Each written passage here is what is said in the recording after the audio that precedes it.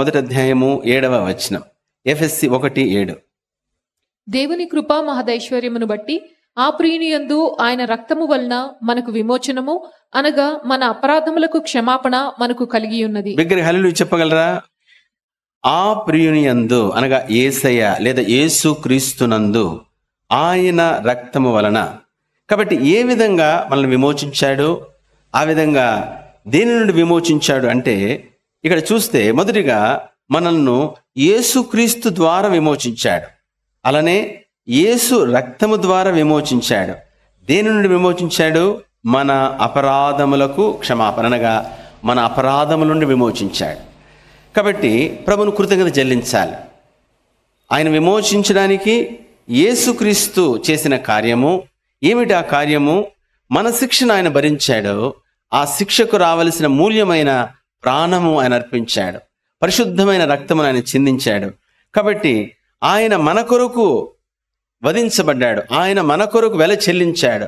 ఆయన మన కొరకు ఆ యొక్క పాప విమోచన క్రయధనముగా అర్పించబడ్డాడు. కాబట్టి మనము చావవలసింది ఆయన మనకు బదులుగా మరణించాడు. కాబట్టి మనం విమోచించబడ్డాం.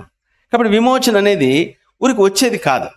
నేను మిమ్మల్ని విడిపిస్తున్నాను అనడం అది న్యాయమైనది కాదు. ఎందుకంటే ఏ న్యాయమైతే దేవుడు నియమించాడో, అంటే ఏ దేవుడైతే న్యాయాన్ని నియమించాడో అదే దేవుడే న్యాయాన్ని అతిక్రమిస్తే అది బహుభయంకర అన్యాయం అయిపోతుంది. మనకు హెబ్రీలో అదే వ్రాయబడింది. కాబట్టి ఏ దేవుడైతే లా చేశాడో లేదా చట్టం చేశాడో ఆ చట్టాన్ని ఆ దేవుడు సైతం అతిక్రమించకూడదు. అందుకోసం ఎస్తేరు గ్రంథంలో ఆయన రాజు ముద్ర వేస్తానే అక్కడ అంటాడు, రాజు సైతం దాన్ని మీరడానికి వీల్లేదు. రాజు కూడా క్యాన్సిల్ చేయకూడదు. రాజు వేసిన ముద్ర రాజు కూడా మీరడానికి వీల్లేదు. కాబట్టి ఏం చేయాలి? దానికి మళ్ళీ ఇంకొకటి దాన్ని తయారు చేయాల్సి వచ్చింది. కాబట్టి దేవుడే చెప్పాడు న్యాయం. ఏమని చెప్పాడు? పాపం వలన వచ్చు జీతము అంతే. అది దేవుడే చెప్పాడు. అందుకోసమే మోషే 10 ఆజ్ఞలలో లేదా ధర్మశాస్త్రంలో ఉన్న 10 ఆజ్ఞలలో దేవుడే ఆయన చెప్పిన ఆజ్ఞ ఏమిటంటే ఎవరైతే చంపుతారో వాళ్ళు చంపబడాలి, మరణశిక్ష. కాబట్టి దేవుడిచ్చిన ఆజ్ఞ లేదా దేవుని చట్టం. కాబట్టి దేవుడి చట్టాన్ని దేవుడు మీరడానికి వీల్లేదు, ఎందుకంటే ఆయనే చేశాడు. కాబట్టి ఆయన పాపం వలన వచ్చు జీతము మరణము అనే ఆ చట్టం ఆయన చేస్తే ఆయన అమలు చేయాలి, ఆయన అమలు చేసి తీరాలి. కాబట్టి మనిషిని విడిపించడానికి ఇక వేరే మార్గం లేదు. కాబట్టి యేసుని లోకాన్ని పంపించి ఆయన చేసిన చట్టం అనగా పాపానికి పాపపు శిక్షను యేసులో న్యాయముగా అమలు చేసి లోకములో ఉన్న ప్రతి మానవుని లేదా మానవ జాతి అంతటిని న్యాయముగా విమోచించాడు. బిగ్గరగా హల్లెలూయా చెప్పగలరా? 103వ కీర్తన 4వ వచనం. కీర్తన 103:4.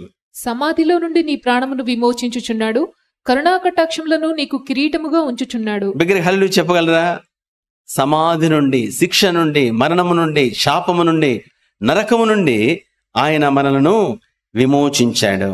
కాబట్టి కరుణా కటాక్షములని కిరీటముగా ఉంచి ఉన్నాడు. కాబట్టి ప్రభుని స్తుతిద్దాం, వందనాలు చెప్తాం. యేసయ్య నీవిచ్చిన ఆ యొక్క రక్షణకై అనగా నీ యొక్క బలియాగము ద్వారా, నీ శిలువ త్యాగము ద్వారా, నీవు నా కొరకు అర్పించబడు ద్వారా నన్ను విమోచించినందుకే వందనాలు.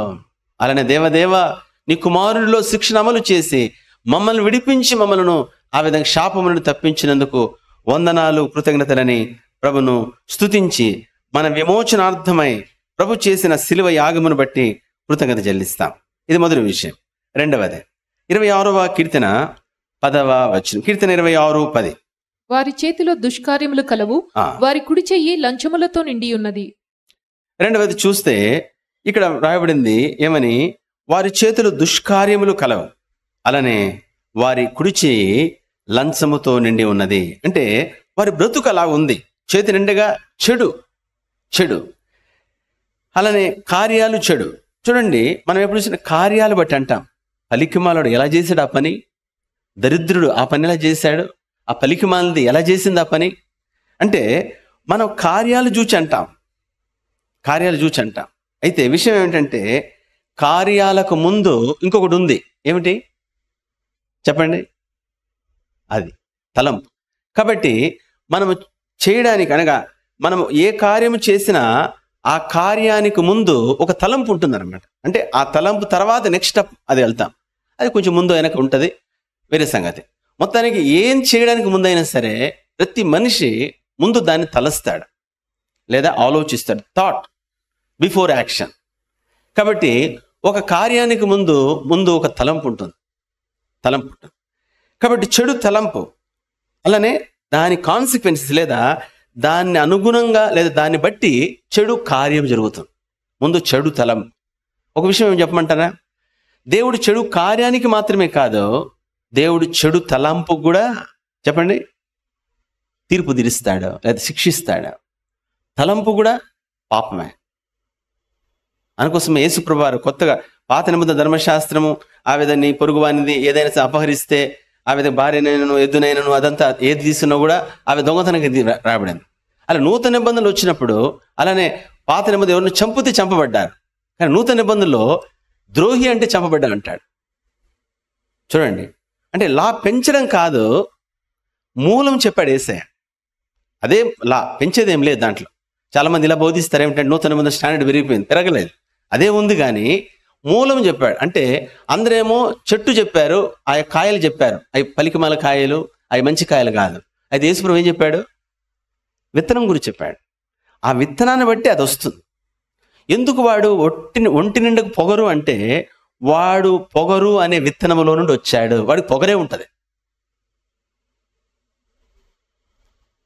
సాధారణంగా హిందూ సమాజంలో ఏదైనా పెళ్లి చేయాలంటే 3-4 తరాల జాతకాలు చూస్తారు. అవునా కదా? ఆమె నక్షత్రం ఏది, ఈయన తిథి ఏది, తర్వాత ఈమె జాతి, 3 తరాలు చూస్తారు. అక్కడి నుండి తీసుకొస్తారు. వాళ్ళ తాత ఏం చేసేవాడు, ముత్తాత ఏం చేసేవాడు. ఎందుకని? అక్కడి నుండి ఆ బీజం ఎలా వస్తుంది. వాడు కానీ పొగరబోతంటే పొగరబోతు కొడుకు, పొగరబోతు మనవడు, పొగరబోతు బీజం అనమాట. అనుకో సైన్స్ చెప్పేది ఏమిటి? జెనెటిక్ ప్రాబ్లం అండి అంటారు. అంటే పుట్టుకతోనే వచ్చింది. చాలా మంది జెనెటిక్ ప్రాబ్లం ఉంటుందంట, బైబిల్ కూడా ఉంది. 4 తరాల కర్స్, 4 జనరేషన్, బైబిల్ కూడా ఉంది. కాబట్టి మనలో అంటే ఏ బీజం ఉందో ఆ బీజాన్ని బట్టి కార్యం. అనగా మనలో ఏముందో తలంపు, దాన్ని కొంతకాలం తర్వాత అది క్రియగా మారుతుంది. తలంపు అనేది ముందుంది అంటే విత్తనం. కొన్ని రోజుల తర్వాత ఆ యొక్క చెట్టో లేకపోతే ఆ యొక్క మొక్కో ఏదో వస్తుంది. ఏ చెట్టు ఏ మొక్క వస్తుంది? ఏ చెప్పాలా? అది ఏ విత్తనం ఉందో చెప్పండి, అదే వస్తుంది. వింతేం రాదు, అదే వస్తుంది. కాబట్టి సోదరుడు సహోదరి, ఇక్కడ చూస్తే చెడు కార్యాలు అలానే చెడు జీవితము వారి కుడి చెయ్యి లంచముతో నిండి ఉన్నది. కాబట్టి అలానే చెడు దుష్కార్యములతో నిండి ఉన్నది. కాబట్టి చెడు జీవితం. చూడండి 26వ కీర్తన 11వ వచనం. యేసయ్య ఎలా మార్చివేశాడు, లేదా దేవుడు ఎలా మార్చాడు? 26వ కీర్తన 11వ వచనం మొదటి భాగం. నేను యథార్థవంతుడినై నడుచుకొనుచున్నాను. బిగ్గర హల్లెలూయా చెప్పగలరా? నేను ఆవిడ చెప్పండి, నేను యథార్థవంతుడినై నడుచుకొనుచున్నాను. మార్పు, రక్షణ అంటే ప్రభు దగ్గరికి రావడం వల్ల మార్పు. మతం కాదు, బైబిల్ తీసుకొని గనగనగా కొట్టడం కాదు, లేకపోతే ఇంకేదో చెప్పడం కాదు. మార్పు ఏమిటంటే ఇక్కడ రాయబడింది, ఇప్పుడు నేను యథార్థవంతుడై నడుచుకొనుచున్నాను. బతుకు మారిందా? ఏది మార్చుకున్న వేస్ట్, డ్రెస్ మార్చిన వేస్ట్, పేరు మార్చిన వేస్ట్, బాప్తీసం ఇచ్చిన వేస్ట్, నీళ్ళలో ఎన్నిసార్లు మునిగినా వేస్ట్. బతుకు మారిందా? ఇది వరకు లాగానే ఉంటున్నావా? అదే అబద్ధాలు, అదే చెడు చూపు, అదే చెడు నడక, అదే చెడు ఆ విధ స్థలాలకు వెళ్ళడము, దొంగ పనులు చేయడము, ఆ విధ భార్యను మోసం చేయడం, భర్తను మోసం చేయడం, పిల్లలు మోసం చేయడం, బతుకంతా చెడు దుష్కారాలతో నిండి ఉండి ఏముందండి? ఇంకా ఏ మతంలో ఉంటే ఏముంది? ఏ చర్చికి వెళ్తే ఏముంది? ఏం చేస్తే ఏముంది? మార్పు. యేసయ్య చెప్పింది కూడా మారు మనస్సు. మార్పు. కాబట్టి మనలో మనం చూసుకోగలగాలి. ఏమిటంటే ఏమైనా మార్పు వచ్చిందా? ఏం మారకపోతే నీలో ఏమీ జరగలేదా? మార్పు, బ్రతుకు మార్పు. కాబట్టి నేను యథార్థవంతుడే నడుచుకొనుచున్నాను. కాబట్టి సోదరుడ సహోదరి, ఆయన ఇచ్చిన మార్పు. కాబట్టి క్రొత్త జీవితం, పాతది పోయింది, క్రొత్త జీవితం. ఏమిటి పాత జీవితము? ఎఫెసీ పత్రిక 4వ అధ్యాయం 22వ వచనం. ఎఫెసీ 4:22. కావున మునుపటి ప్రవర్తన విషయంలోనైతే ఆ. మోసకరమైన దురాశ వలన చెడిపోవు మీ ప్రాచీన స్వభావం చెడిపోవు మీ ప్రాచీన స్వభావమును వదులుకొని. అందరు నా వెంట చెప్పండి. మునుపటి ప్రవర్తన విషయంలోనైతే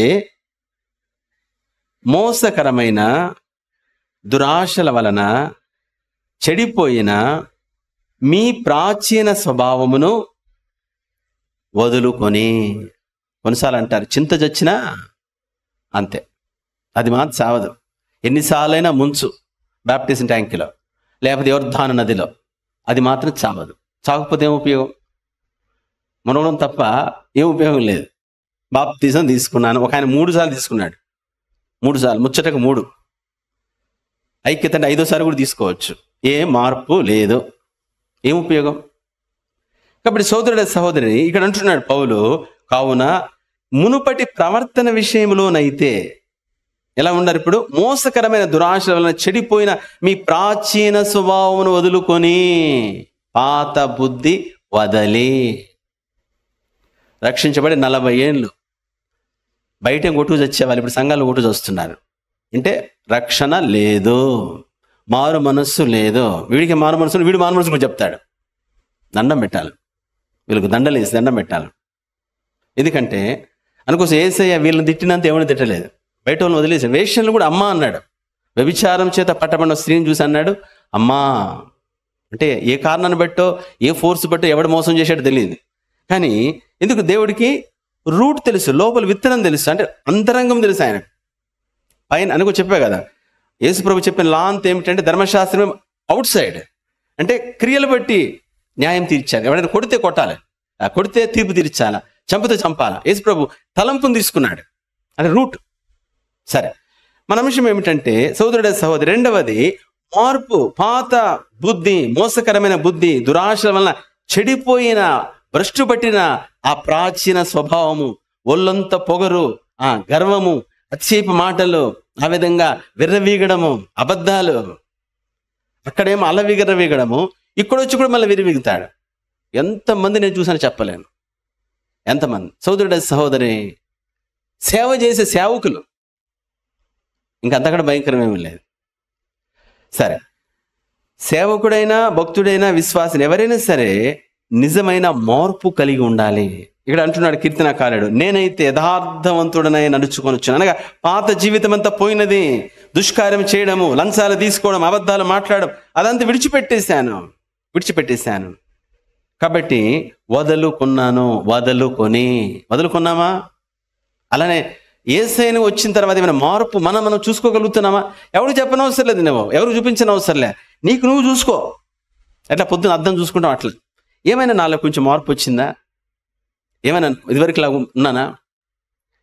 20 ఏళ్ళను ఉన్నాం, అప్పుడు ఎలా ఉన్నావు, ఇప్పుడు ఎలా ఉన్నావు? ఏ మాత్రం లేదు. ఇంకా ముదిరావు. ఏం ముదిరావు? అప్పుడేమో బయట వచనాలు కొట్టేవాడు, బయట మాటలు మాట్లాడేవాడు. ఇప్పుడు బైబిల్లోని వచనాలు కొడుతున్నావు. అంటే గర్వానికి ఇది పూత అనమాట. వచనాలు ఎత్తుకుంటుంటాడు అనమాట, అగర్విష్టి. లోపల అది ఉంది. దానికి నువ్వు ఏ కోటిగానే వేయచ్చు, నీ ఇష్టం వచ్చి వేసుకోవచ్చు రంగు, కానీ అది ఉంది లోపల. యేసయ్య చెప్పింది ఏమిటంటే అది పోవాలి. నీ మాటలో మార్పు, నీ ప్రవర్తనలో మార్పు, నువ్వు నిలబడడంలో, నువ్వు నడవడంలో, ఎక్కడికి వెళ్ళినా, ఏ స్థలంలో ఉన్నా వీడు వచ్చాడని కంపనం రా. వీడిని పెట్టుకున్నామంటే దరిద్రం పెట్టుకున్నట్టేరా. ఎందుకని? అంత గబ్బు కంపు నోరెత్తుతే. సోదరుడ సహోదరి, మార్పు లేకపోతే వేస్ట్. యేసయ్య చెప్పిన బేస్ ఏమిటంటే సిద్ధాంతాలు కాదు, ఫిలాసఫీ కాదు, మారు మనస్సు. నువ్వు మారకుండా ఇది ఏమాత్రం ఉపయోగమైనది కాదు, ఇది నిజమే కాదు అసలు మార్పు. కాబట్టి ఇక్కడ చూస్తే ఇప్పుడు నేను యథార్థవంతున్నయ్యాను. ఒకప్పుడు లంచాలు తీసుకునేవాడిని, ఇప్పుడు యథార్థంగా ఉంటున్నాను. ఒకప్పుడు అబద్ధాలు ఆడేవాడిని, ఇప్పుడు నిజాయితీగా బ్రతుకుతున్నాను. పచ్చడి వేసుకున్నా పర్వాలేదు, నిజాయితీగా ఉంటున్నాను. ఒకప్పుడు ఒళ్ళంతా పొగరే, మాట్లాడితే పొగరే, ఈరోజు దీనుడుగా మార్చబడ్డాను. ఓ సోదరుడు వచ్చాడు మన దగ్గరికి, మైకేల్ విజయ్ కుమార్. ఆయన్ను శ్రీనగర్ కాలనీ, అంటే బంజారీస్ దగ్గర ఉన్న శ్రీనగర్ కాలనీలో బాంబ్ బ్లాస్ట్ చేసి చంపేయాలనుకున్నారు. ఆయన పేరు శివారెడ్డి, జమ్మలమూడు శివారెడ్డి, బాంబుల శివారెడ్డి అని పేరు ఆయనకు అపోజిట్ అయిన. అయితే ఆ ఇంట్లో నాటు బాంబులు చేసి బియ్యంలో పెట్టేవాడట. బియ్యం బస్తాలో బియ్యం వేసి దానిలో మధ్య నాటు బాంబులు పెట్టేవాడు, ఎవరు దొరకకుండా. ఇంట్లో ఉండి తుపాకులు పెట్టుకుని తిరిగేవాడు. భయంకరమైన ఫ్యాక్షనిస్ట్. ఆయన యావజ్జీవం వేశారు సెంట్రల్ జైల్లో, యావజ్జీవం. చివరికి దేవుడు ఆయన మార్చాడు. ఆయన భార్య మీద ఇది పెట్టి, ఒక యాపిల్ పండు పెట్టి గన్ తీసుకున్నావాడంట, నేను పిలుస్తానని. ఒకవేళ ఇక్కడ కొట్టకుండా ఇక్కడ కొడితే పుచ్చకాయలు వెళ్ళిపోతుంది. అంత భయంకరుడు అనమాట. ఎట్లా అయిపోయాడు తెలుసా? మన దగ్గరకు వచ్చాడు సాక్ష్యం చెప్పడానికి. ఇంత ఫీట్ ఉంటాడు. నాకు ఒక బ్రదర్ చెప్పాడు, కడపలో కలెక్టర్ ఆఫీస్కి వెళ్ళాడంట. వెళ్తే కలెక్టర్ ఆఫీస్లో ఒక ఆఫీసర్ దగ్గర జస్ట్ కూర్చొని ఉన్నారు, ముందు మాట్లాడుతున్నాడు. ఈయన మైన్స్ చేస్తాడు, మైన్స్ వ్యాపారం. ఆయన మాట్లాడుతా అది కాదు కదా సార్ అన్నాడంట. నన్ను అది కాదంటావరా అని అక్కడ పెట్టి కాలర్ పెట్టి లాగి ఇసిరితే అక్కడ ఉన్నాడు లేచి ఇసిరి పెట్టాడు, చేతి పెట్టి ఇసిరాడు బయటికి. కలెక్టరేట్ అంతా మొత్తం కంపించిపోయింది. మైకిల్ విజయ్ కుమార్ వచ్చాడు, ఎవడు చంపేస్తాడు, మొత్తం తడిసిపోయింది. అప్పటికే అంత భయంకరమైన వాడు పసిపిల్లోలాగా అయిపోయాడు, దీనుడుగా. మన దగ్గరికి వచ్చాడు సాక్ష్యం చెప్పడానికి. వాడు ఉన్నప్పుడు ఇంత హైట్ ఉంటాడు మనిషి, 6+4, భయంకరమైన పర్సనాలిటీ. నలుగురు ఏదో నిసిరేయగలడు, కొట్టడం కూడా అవసరం లేదు. అంత బలాఢ్యుడు చిన్న పిల్లలాగా అయిపోయాడు, పసిపిల్లలాగా. నేను అడిగాను, మీ ఫుడ్ డైట్ చెప్పండి అంటే, మీరు ఏం పెడితే తింటాం బ్రదర్, ఏం పెడితే తింటాం, ఏం లేదు, మీరు ఏం పెడితే తింటాం, ఎక్కడ కూర్చోమంటే అక్కడ కూర్చుంటాం. దేవుని బిడ్డ, అది నిజమైన మార్పు. సోదరుడ సహోదరి, ప్రభు అలా నిజంగా మార్చి ఉంటే ప్రభును స్తుతిస్తావు. అయ్యా ఎలాంటి బ్రతుకును ఎలాగో మార్చావు, కృతజ్ఞత చెల్లిస్తాం, వందనాలు చెల్లిస్తాం. ప్రభు నీకు వందనాలు. ఇది రెండవ విషయం. ఇంకో మాట చెప్పి నేను ముగిస్తాను. 26వ కీర్తన 12వ వచనం. కీర్తన 26:12. సమభూమిలో నా పాదము నిలిపి ఉన్నాను, సమాజములలో యెహోవాను స్తుతించెదను. విగ్రహాలు చెప్పగలరా? అందరూ అవన్నీ చెప్పండి. సమభూమిలో నా పాదములు నిలిపి ఉన్నాను. మీరు చెప్పండి. బ్రదర్స్ కూడా చెప్పచ్చు, వాక్యమే కాబట్టి తప్పేం లేదు, డిగ్నిటీ పోయేదేం లేదు. దేవుని వాక్యం చెప్తే కొంచెం నోరు కూడా ఫ్రెష్ అప్ అవుతుంది, బ్రష్ చేసినట్టు. దేవుని వాక్యం అంత దీవెనకరమే. మరొకసారి, సమభూమిలో నా పాదములు నిలిపి ఉన్నాను. సమభూమి ఏమిటి? సమభూమి 143వ కీర్తన 10వ వచనం. కీర్తన 143, 10వ వచనం. నీవే నా దేవుడువు, నీ చిత్తానుసారముగా ప్రవర్తించుటకు నాకు నేర్పుము. దయగల నీ ఆత్మ సమభూమి గల ప్రదేశమందు నన్ను నడిపించునుగా. మరోసారి హల్లెలూయా చెప్పగలరా? దయగల నీ ఆత్మ సమభూమి గల ప్రదేశములందు నన్ను నడిపించునుగా. దయగల నీ ఆత్మ.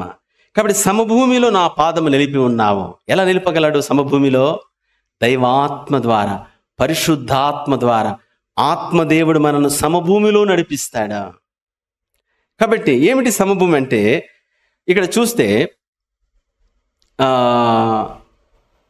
ఇంగ్లీష్లో ఎలా ఉంది అంటే, for you are my God, may your good spirit lead me on level ground. అంటే చదునైన లేదా సమభూమి అని కరెక్ట్ వాడే. సమభూమిలో, చదునైన భూమిలో అంటే ఎత్తుంటే దాన్ని పల్లం చేస్తాడు. ఒకవేళ లోయ ఉంటే దాన్ని చెప్పండి పూడ్చి సమభూమిగా చేస్తాడు. సపోజ్ చీఫ్ మినిస్టర్ గారు వస్తున్నారని అనుకోండి, ఎక్కడికైనా సరే ఒక గ్రామానికి వెళ్తుంటాడు కదా, క్యాంపెయిన్కు వెళ్తే అప్పుడు ఏం చేస్తారు? ముందే రోడ్లన్నీ పూర్తి చేస్తారు. అంటే మొత్తం ఎక్కడ గుంతలు ఉంటే వేస్తాడు. తార్ రోడ్డు తీసుకొస్తారు, తారు తీసుకొస్తారు, తార్ రోడ్డు వేస్తారు, ఆ రోడ్లు తీసుకొస్తారు, మొత్తం అంతా తయారు చేస్తారు. ఎందుకని? ఆయన రాబోతున్నాడు, సమభూమిలో ఆయన నడవాలి. గోతులు గుంతలు ఎక్కడుండవు. ఆయన ఎక్కడుంటే అక్కడ మొత్తం బాగు చేసేస్తారు. కారణం ఏమిటంటే ఆయన స్థాయి. కాబట్టి మనకున్న ఆధిక్యత ఏమిటి? మూడవదిగా కృతజ్ఞత చెప్పడానికి మూడవ కారణం ఏమిటంటే, దైవాత్మ మనలను హల్లెలూయా సమభూమిలోనికి నడిపిస్తుంది. సమభూమిలో మనం ప్రయాణం చేస్తాం. బిగ్గరగా 3 సార్లు హల్లెలూయా చెప్పండి. హల్లెలూయా, హల్లెలూయా, హల్లెలూయా. దైవాత్మ యొక్క కార్యం, సమభూమిలో మనం వెళ్తాం. ఇది ఒక ఆత్మ ద్వారా నడిచే వ్యక్తి యొక్క ఆధిక్యత. మన ముఖ్యమంత్రి అవలేంగా, మనకు రోజు కాదు, పక్కన హారని కొడుతూ సీనియర్ చూస్తాడు, ఎవడ కొడుతున్నాడు అంటే ఆడు పక్కన బోర్డు మళ్ళీ ఎదురు చూస్తాడు, అంటే ఇక్కడ కొట్టడమే తప్ప. అంటే వాడు నిలబడే తప్పు కాదు, మనం కారణ కొట్టే తప్పట్టేట్టు.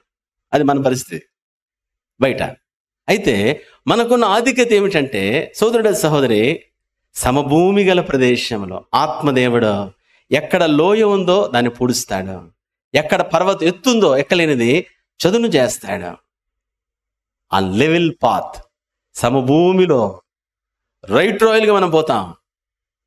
అంటే మన ప్రతి పరిస్థితిని, కరుకు పరిస్థితిని దాన్ని కరిగిస్తాడు, లోయ పరిస్థితిని ఎత్తు చేస్తాడు. కాబట్టి అందుకోసమనే ఆరాధన వర్తమానంగా ముగిచేస్తాను. సత్యం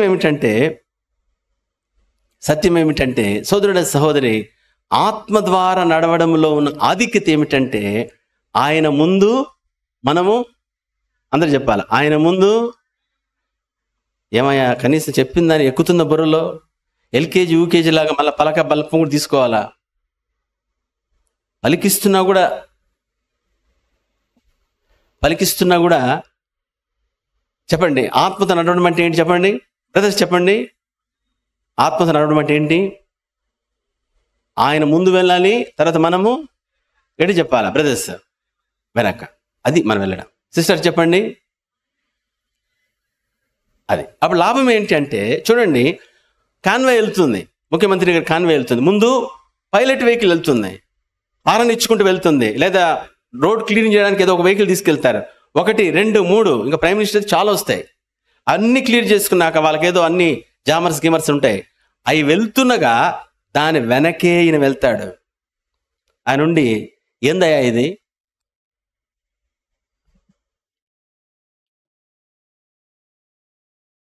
నేను ముందెళ్ళాలి కానీ మీరు నాకంటే ముందెట్లు వెళ్తారు? నేను ముఖ్యమంత్రి అయి ఉండి మీరు నాకంటే ముందెట్లు వెళ్తారు? మహాప్రభు, మీరు ముఖ్యమంత్రి గారు కాబట్టి చెప్పండి మేము ముందెళ్ళాలి.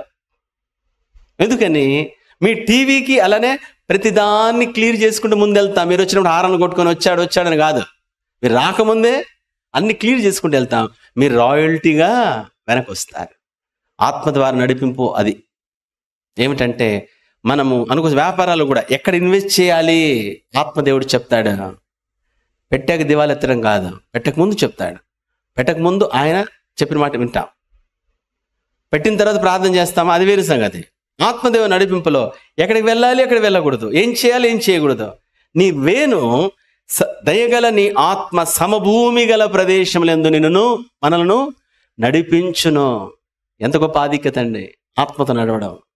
నాకెవరు లేకపోయినా ప్రాబ్లం లేదు, నేను ఒంటరిగా అయినా పర్వాలేదు, అరణ్యంలో వెళ్తున్నా పర్వాలేదు, ఆ విధంగా కీకారణ్యమైన పర్వాలేదు, దారి తెలియకపోయినా, నానేవారు లేకపోయినా, ఆ మార్గము ఏమాత్రము కనుగొనడానికి వీలు లేకపోయినా పర్వాలేదు, దయగల పరిశుద్ధాత్మ దేవుడు సరిగ్గా నడిపిస్తాడు. రే వాడితో మాట్లాడబాడు, జాగ్రత్త, డేంజర్, రే అట్లా రైట్ తిరుగు, అలా ఉండు, అక్కడ వెళ్ళు, అక్కడేమో అక్కడేదో మందు పాత్ర పెట్టున్నాడు, అటు బోబాకు, ఇటు లెఫ్ట్ కొట్టు.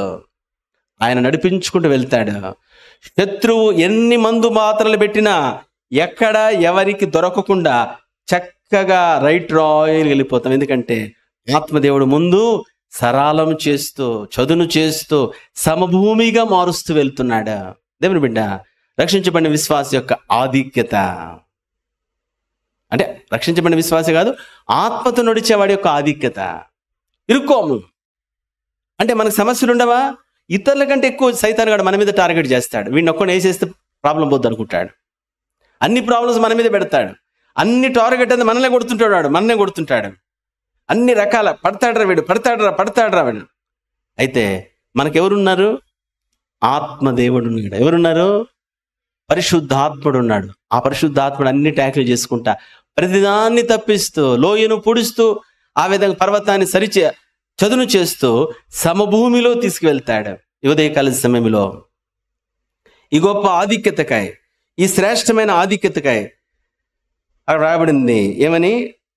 సమాజములో యెహోవాను చెప్పండి స్తుతించెదను. సమాజములో యెహోవాను స్తుతిస్తాను. ఎందుకని? అయ్యా నన్ను నడిపిస్తున్నా. కీర్తన 26:12 సమభూమిలో నా పాదము నిలిపి ఉన్నావు, సమాజములో యెహోవాను స్తుతించెదను. కాబట్టి నీ ఆత్మలో నన్ను నడిపిస్తున్నావు, నీ ఆత్మలో నిలిపి ఉన్నావు, నీ ఆత్మలో నడిపిస్తున్నావు, కాబట్టి నేను స్తుతిస్తున్నాను. కాబట్టి 3వ కారణము ఆత్మ ద్వారా నడిపించబడుట. అందుకోసమనే ఒక మతములో నువ్వు ఉంటే బయట వాడికి నీకేం తేడా లేదు. 20 ఏండ్ల విశ్వాసి కాదు, ఇంకా 40 ఏండ్ల విశ్వాసి అయినా సరే ఏం తేడా లేదు. అంటే వాడెలా దివాలెత్తాడు, నువ్వు అలా దివాలెత్తుతావు. వాడెలా ఏడుస్తుంటాడు, నువ్వు అలా ఏడుస్తుంటాడు. వాడు బైబిల్ లేకుండా ఏడుస్తావు, నువ్వు బైబిల్ పట్టుకుని ఏడుస్తావు. మతం అంతే, నథింగ్ డిఫరెన్స్. అయితే ఆత్మతో నడవడం అలాంటిది కాదు. ఇతరులు ఏమైనా వీడు అందరు మునిగిపోతే వీడిట్లా ప్రశాంతంగా ఉన్నాడు. ఆత్మదేవుడు చూసుకుంటాడండి, ఆత్మదేవుడు నడిపిస్తున్నాడు. ఎలా ముఖ్యమంత్రి గారు ఎలా అంత ప్లెయిన్గా వచ్చి, నిన్న 2 ముఖ్యమంత్రుల మీటింగ్ వింటాను హైదరాబాద్లో, ఆంధ్ర తెలంగాణ మీటింగ్. ఆయన బయలుదేరినాక ఇంటి దగ్గర నుండి ఆ క్యాంప్ ఆఫీస్ రావడానికి, అంటే ఈ తెలంగాణ ముఖ్యమంత్రి ఆఫీస్ దగ్గర రావడానికి జస్ట్ 5 minutes అంతే. 4.5 to 5 minutes వచ్చాడు. 5 minutes, జస్ట్ 5:55కి బయలుదేరాడు. 5:60 అంటే 6 o'clock వచ్చేసాడు. 5 నిమిషాలు అంతే జూబ్లీ హిల్స్ నుండి. ఎందుకు? No traffic. లేదా సాయంత్రం 5 గంటల హైదరాబాద్ ట్రాఫిక్ ఉండదా?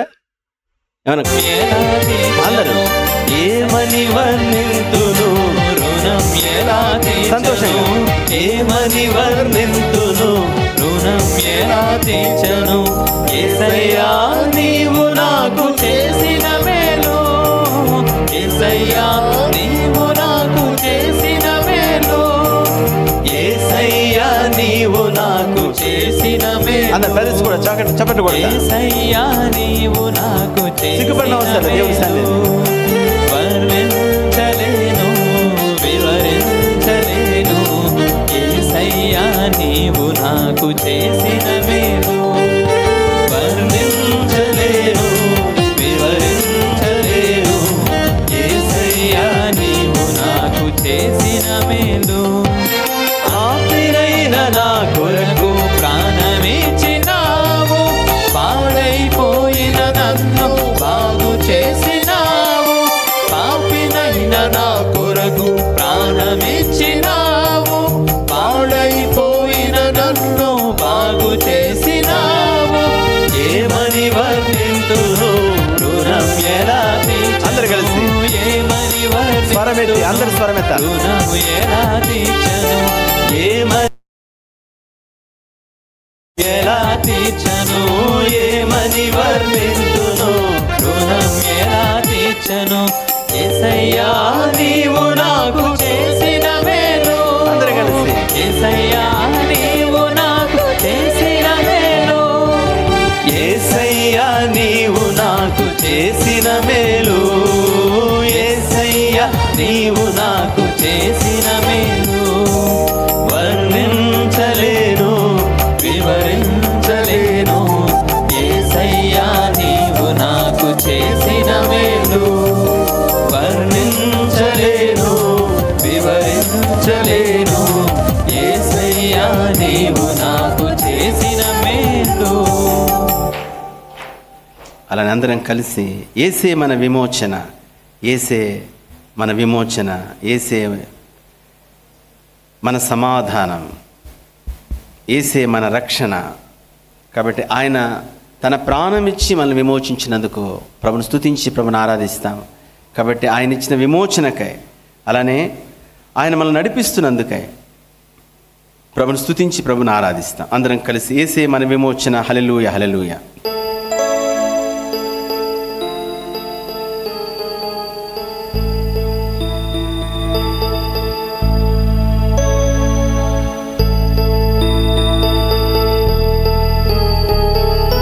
యేసే మన విమోచన, యేసే మన సమాధానం,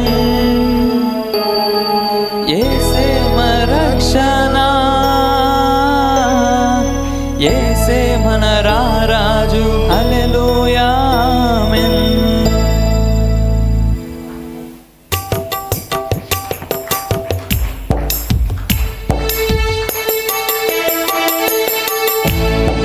అందరు చప్పట్లు కొడతారు, అందరు సంతోషంగా. యేసే మన విమోచన, హల్లెలూయా హల్లెలూయా. యేసే మన సమాధానం, హల్లెలూయా హల్లెలూయా. యేసే మన రక్షణ, హల్లెలూయా హల్లెలూయా. యేసే మన రారాజు, హల్లెలూయా ఆమేన్. యేసే మన విమోచన, హల్లెలూయా హల్లెలూయా. యేసే మన సమాధానం,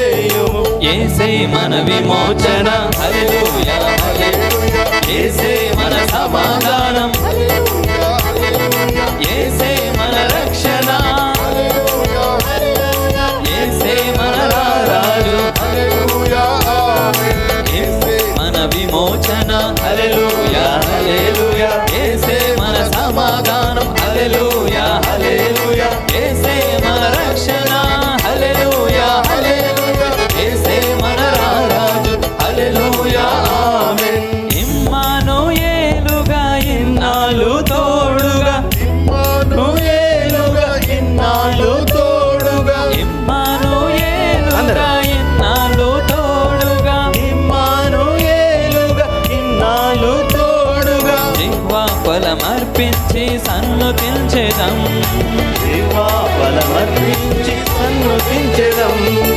ఇమ్మానుయేలుగా ఇన్నాళ్ళు తోడుగా ఇమ్మానుయేలుగా ఇన్నాళ్ళు తోడుగా జిహ్వా ఫలమర్పించి సన్నుతించెదం అందరూ కలిసి యేసే మన విమోచన హల్లెలూయా హల్లెలూయా యేసే మన సమాధానం హల్లెలూయా హల్లెలూయా యేసే మన రక్షణ హల్లెలూయా హల్లెలూయా యేసే మన రాజు హల్లెలూయా ఆమేన్ యేసే మన విమోచన హల్లెలూయా హల్లెలూయా యేసే మన సమాధానం హల్లెలూయా హల్లెలూయా యేసే మన రక్షణ హల్లెలూయా హల్లెలూయా యేసే మన రాజు హల్లెలూయా ఆమేన్ అల్ఫా ఓమేగా ఆద్యంతం ఆయనే అల్ఫా ఓమేగా ఆద్యంతం ఆయనే అల్ఫా ఓమేగా అందరూ. ఆద్యంతం స్వరమెత్తి ఆమేన్ అనువానిని ఆరాధించెదం ఆమేన్ అనువాని ఆరాధించెదం అల్ఫా ఓమేగా ఆద్యంతం ఆయనే అందరూ కలిసి బిగ్గరగా స్వరమెత్తి ఆది అంతము లేని దేవుడు అల్ఫా ఓమేగా యుగములు యుగ యుగములు జీవించువాడు సర్వాంతర్యామి సర్వములో సర్వలోకాల్లో ఏకకాలములు ఉండగలిగిన దేవుడు ఓమేగా ఆద్యంతం ఆయనే ఆద్యంతం ఆయనే ఆమేన్ అనువానిని ఆరాధించెదం ఆమేన్ అనువానిని ఆరాధించెదం యేసే మన విమోచన హల్లెలూయా హల్లెలూయా యేసే మన సమాధానం హల్లెలూయా హల్లెలూయా యేసే మన రక్షణ హల్లెలూయా హల్లెలూయా యేసే మన రాజు సంతోషంగా ఆరాధించాలా? సంతోషంగా దేవుని యేసే సన్నిధిలో మన విమోచన దేవుని ఆరాధించడానికి ఆయుష్ ఇచ్చాడు, ఆరోగ్యం ఇచ్చాడు, సజీవులుగా మనం ఉంచాడు. హల్లెలూయా హల్లెలూయా మనం సృష్టించిన సృష్టికర్త సర్వాంతర్యామి ఆది అంతము లేని వాడు అల్ఫా ఓమేగా హల్లెలూయా ఆమేన్ యేసే మన విమోచన హల్లెలూయా హల్లెలూయా యేసే మన సమాధానం హల్లెలూయా హల్లెలూయా యేసే మన రక్షణ హల్లెలూయా హల్లెలూయా యేసే మన రాజు హల్లెలూయా ఆమేన్ యేసే మన విమోచన హల్లెలూయా హల్లెలూయా యేసే మన సమాధానం హల్లెలూయా హల్లెలూయా యేసే మన రక్షణ హల్లెలూయా హల్లెలూయా యేసే మన రాజు హల్లెలూయా ఆమేన్ యేసే మన విమోచన హల్లెలూయా హల్లెలూయా యేసే మన సమాధానం హల్లెలూయా హల్లెలూయా యేసే మన రక్షణ హల్లెలూయా హల్లెలూయా యేసే మన రాజు హల్లెలూయా ఆమేన్ యేసే మన విమోచన ప్రార్థన చేస్తారు. మనల్ని ఆరాధించడం అంటేనే బయటకు అనమాట, అప్పుడు వస్తుంది స్ట్రైట్గా. ఇక బాత్రూమ్ దగ్గర మనోళ్ళు ఉంటారు అనమాట, సిస్టర్స్ అంత బ్రదర్స్ అంతా. అది రిలాక్స్ టైం అంటే ఇంటర్వెల్ లాగా అనమాట ఆరాధన అంటే. ఇక ఆరాధన స్టార్ట్ అయింది కదా, గంట సేపు, మా దగ్గర 2 గంటలు అంటే ఇంటర్వెల్. మనం కలిసి ఆరాధించడానికి వచ్చాం. సోదరుడు సహోదరి అందరం కలిసి ఆరాధిస్తాం. నువ్వు ఇన్వాల్వ్ కావాలి దాంట్లో, ఆరాధన ఇన్వాల్వ్ కావాలి.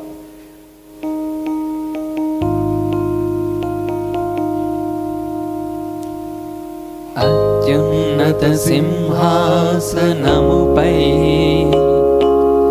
ఆసీనుడవైన మా దేవా, అత్యంత ప్రేమా స్వరూపివి నీవే, ఆరాధింతును నిన్నే. అత్యంత ప్రేమా స్వరూపివి నీవే, ఆరాధింతును నిన్నే.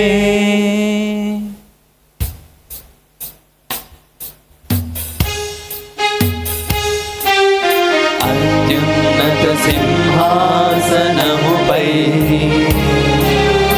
ఆసీనుడవైన మా దేవా, అత్యంత ప్రేమా స్వరూపివి నీవే, ఆరాధింతును నిన్నే. అత్యంత ప్రేమా స్వరూపివి నీవే, ఆరాధింతును నిన్నే.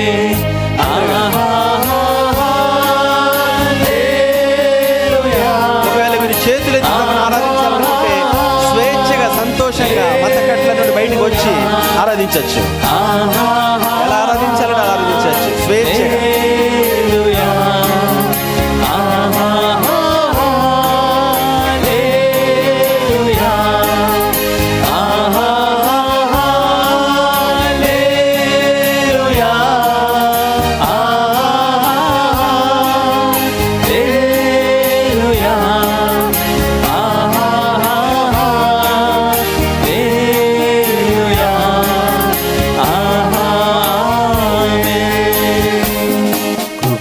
సత్య సంపూర్ణుడ స్తోత్రం, కృపతో రక్షించితివే స్తోత్రం. నీ రక్తమిచ్చి అయ్యా నా విమోచకుడా, నా విమోచకుడా, నన్ను కరుణించిన వాడా, నన్ను విమోచించిన వాడా, నీ పరిశుద్ధ రక్తముతో నన్ను శుద్ధీకరించి నా ఆత్మను విమోచించిన వాడా, వందనాలు వందనాలు వందనాలు స్వామి. స్తోత్రం, కృపా సత్య సంపూర్ణుడ స్తోత్రం, కృపతో రక్షించితివే స్తోత్రం. నీ రక్తమిచ్చి హల్లెలూయా హల్లెలూయా. నీ ప్రాణమే ఇచ్చావు స్వామి. ఆఖరి రక్త బొట్టు వరకు నా కొరకై, నా విమోచనార్థమై, పాప శాపను విడిపించుటకై ఆఖరి రక్త బొట్టును ఉంచుకొని నీ ప్రేమకే వందనాలు స్వామి. ఏమని వర్ణించగలను, ఎలా కృతజ్ఞత చెప్పగలను, ఏమిచ్చి రుణము తీర్చగలను స్వామి. ప్రాణం ఇచ్చిన నీ ప్రేమకే వందనాలు, విమోచనకే వందనాలు, ప్రయోజనముకే వందనాలు, పాప క్షమాపణకే వందనాలు. హల్లెలూయా హల్లెలూయా హల్లెలూయా. వందనాలు వందనాలు వందనాలు స్వామి.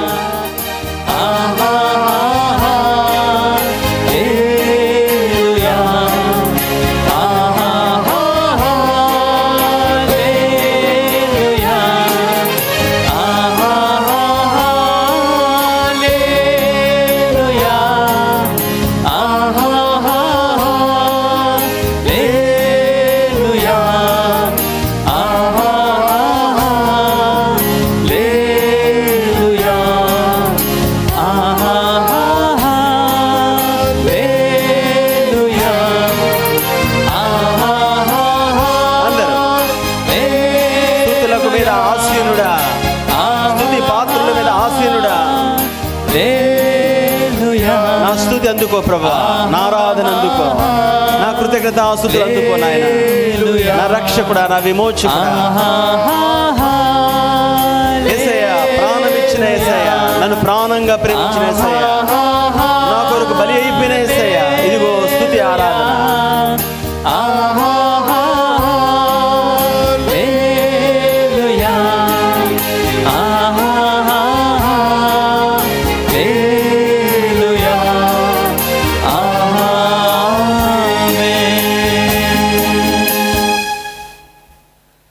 అత్యున్నత సింహాసనముపై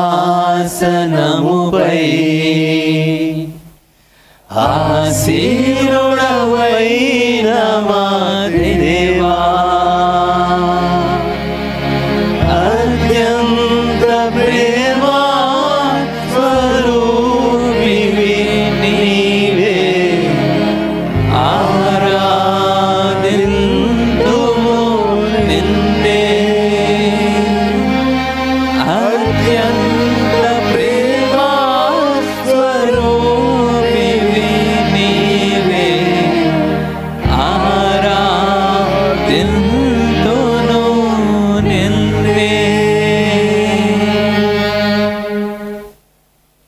కొద్ది సమయం వ్యక్తిగత ఆరాధన కలిగి ఉంటాం. సండే స్కూల్ పిల్లలకి పైన సండే స్కూల్ ఏర్పాటు చేయబడింది. సండే స్కూల్ వెళ్ళండి.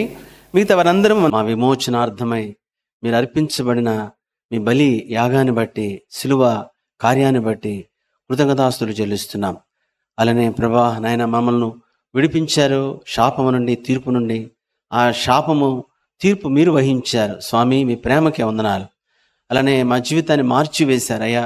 ఒకప్పుడు తండ్రి నాయన పాపాన్ని ప్రేమించే స్వభావము, తండ్రి అలానే అసత్యాన్ని ప్రేమించే స్వభావము, అలానే తండ్రి దుష్కార్యములతో నిండిన స్వభావము.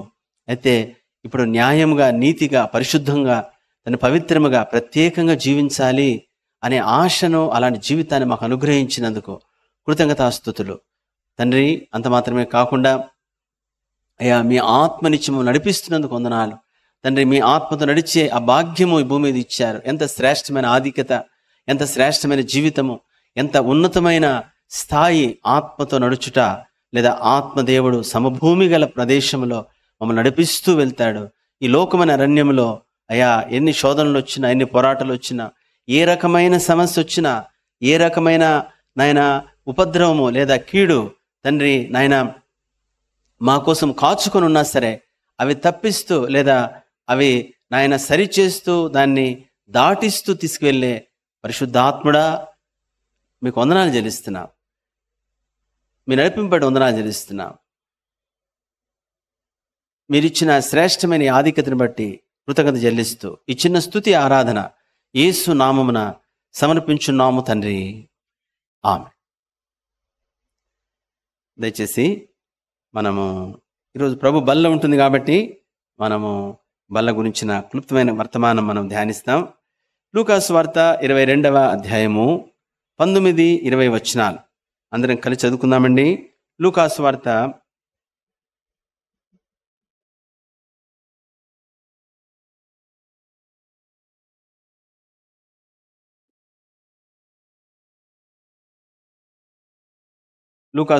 22వ అధ్యాయము 19-20 వచనాలు.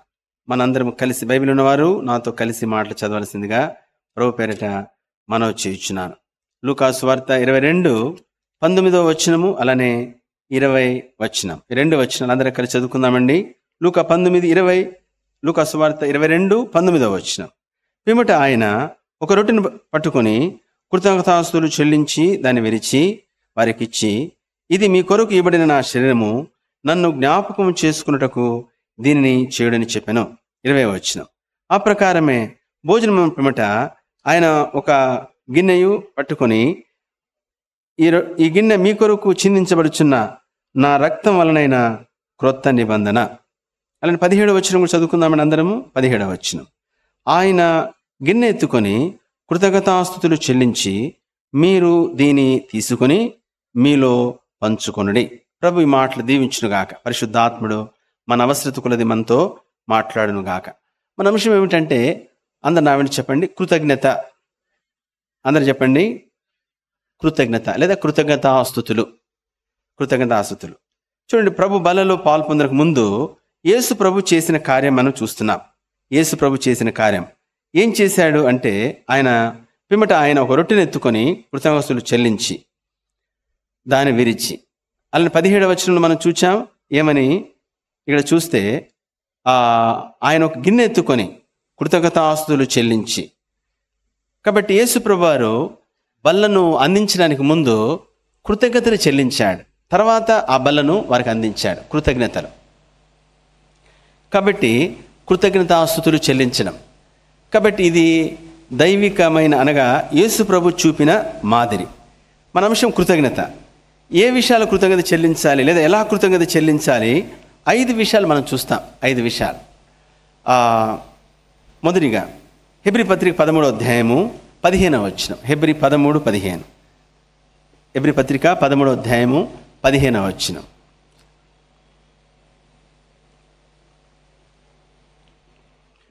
హెబ్రీ పత్రిక 13వ అధ్యాయము, హెబ్రీ పత్రిక 13వ అధ్యాయము 15వ వచనం. అందరికీ చదువుకుందామని, లేకపోతే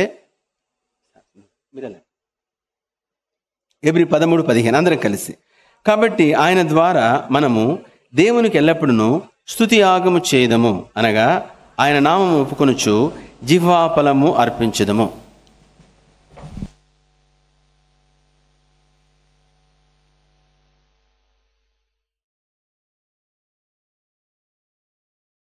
కాబట్టి ఇక్కడ చూస్తే మొదటిగా మనం జిహ్వాఫలం అర్పించడం అంటే మన నోటితో కృతజ్ఞత చెల్లించడం.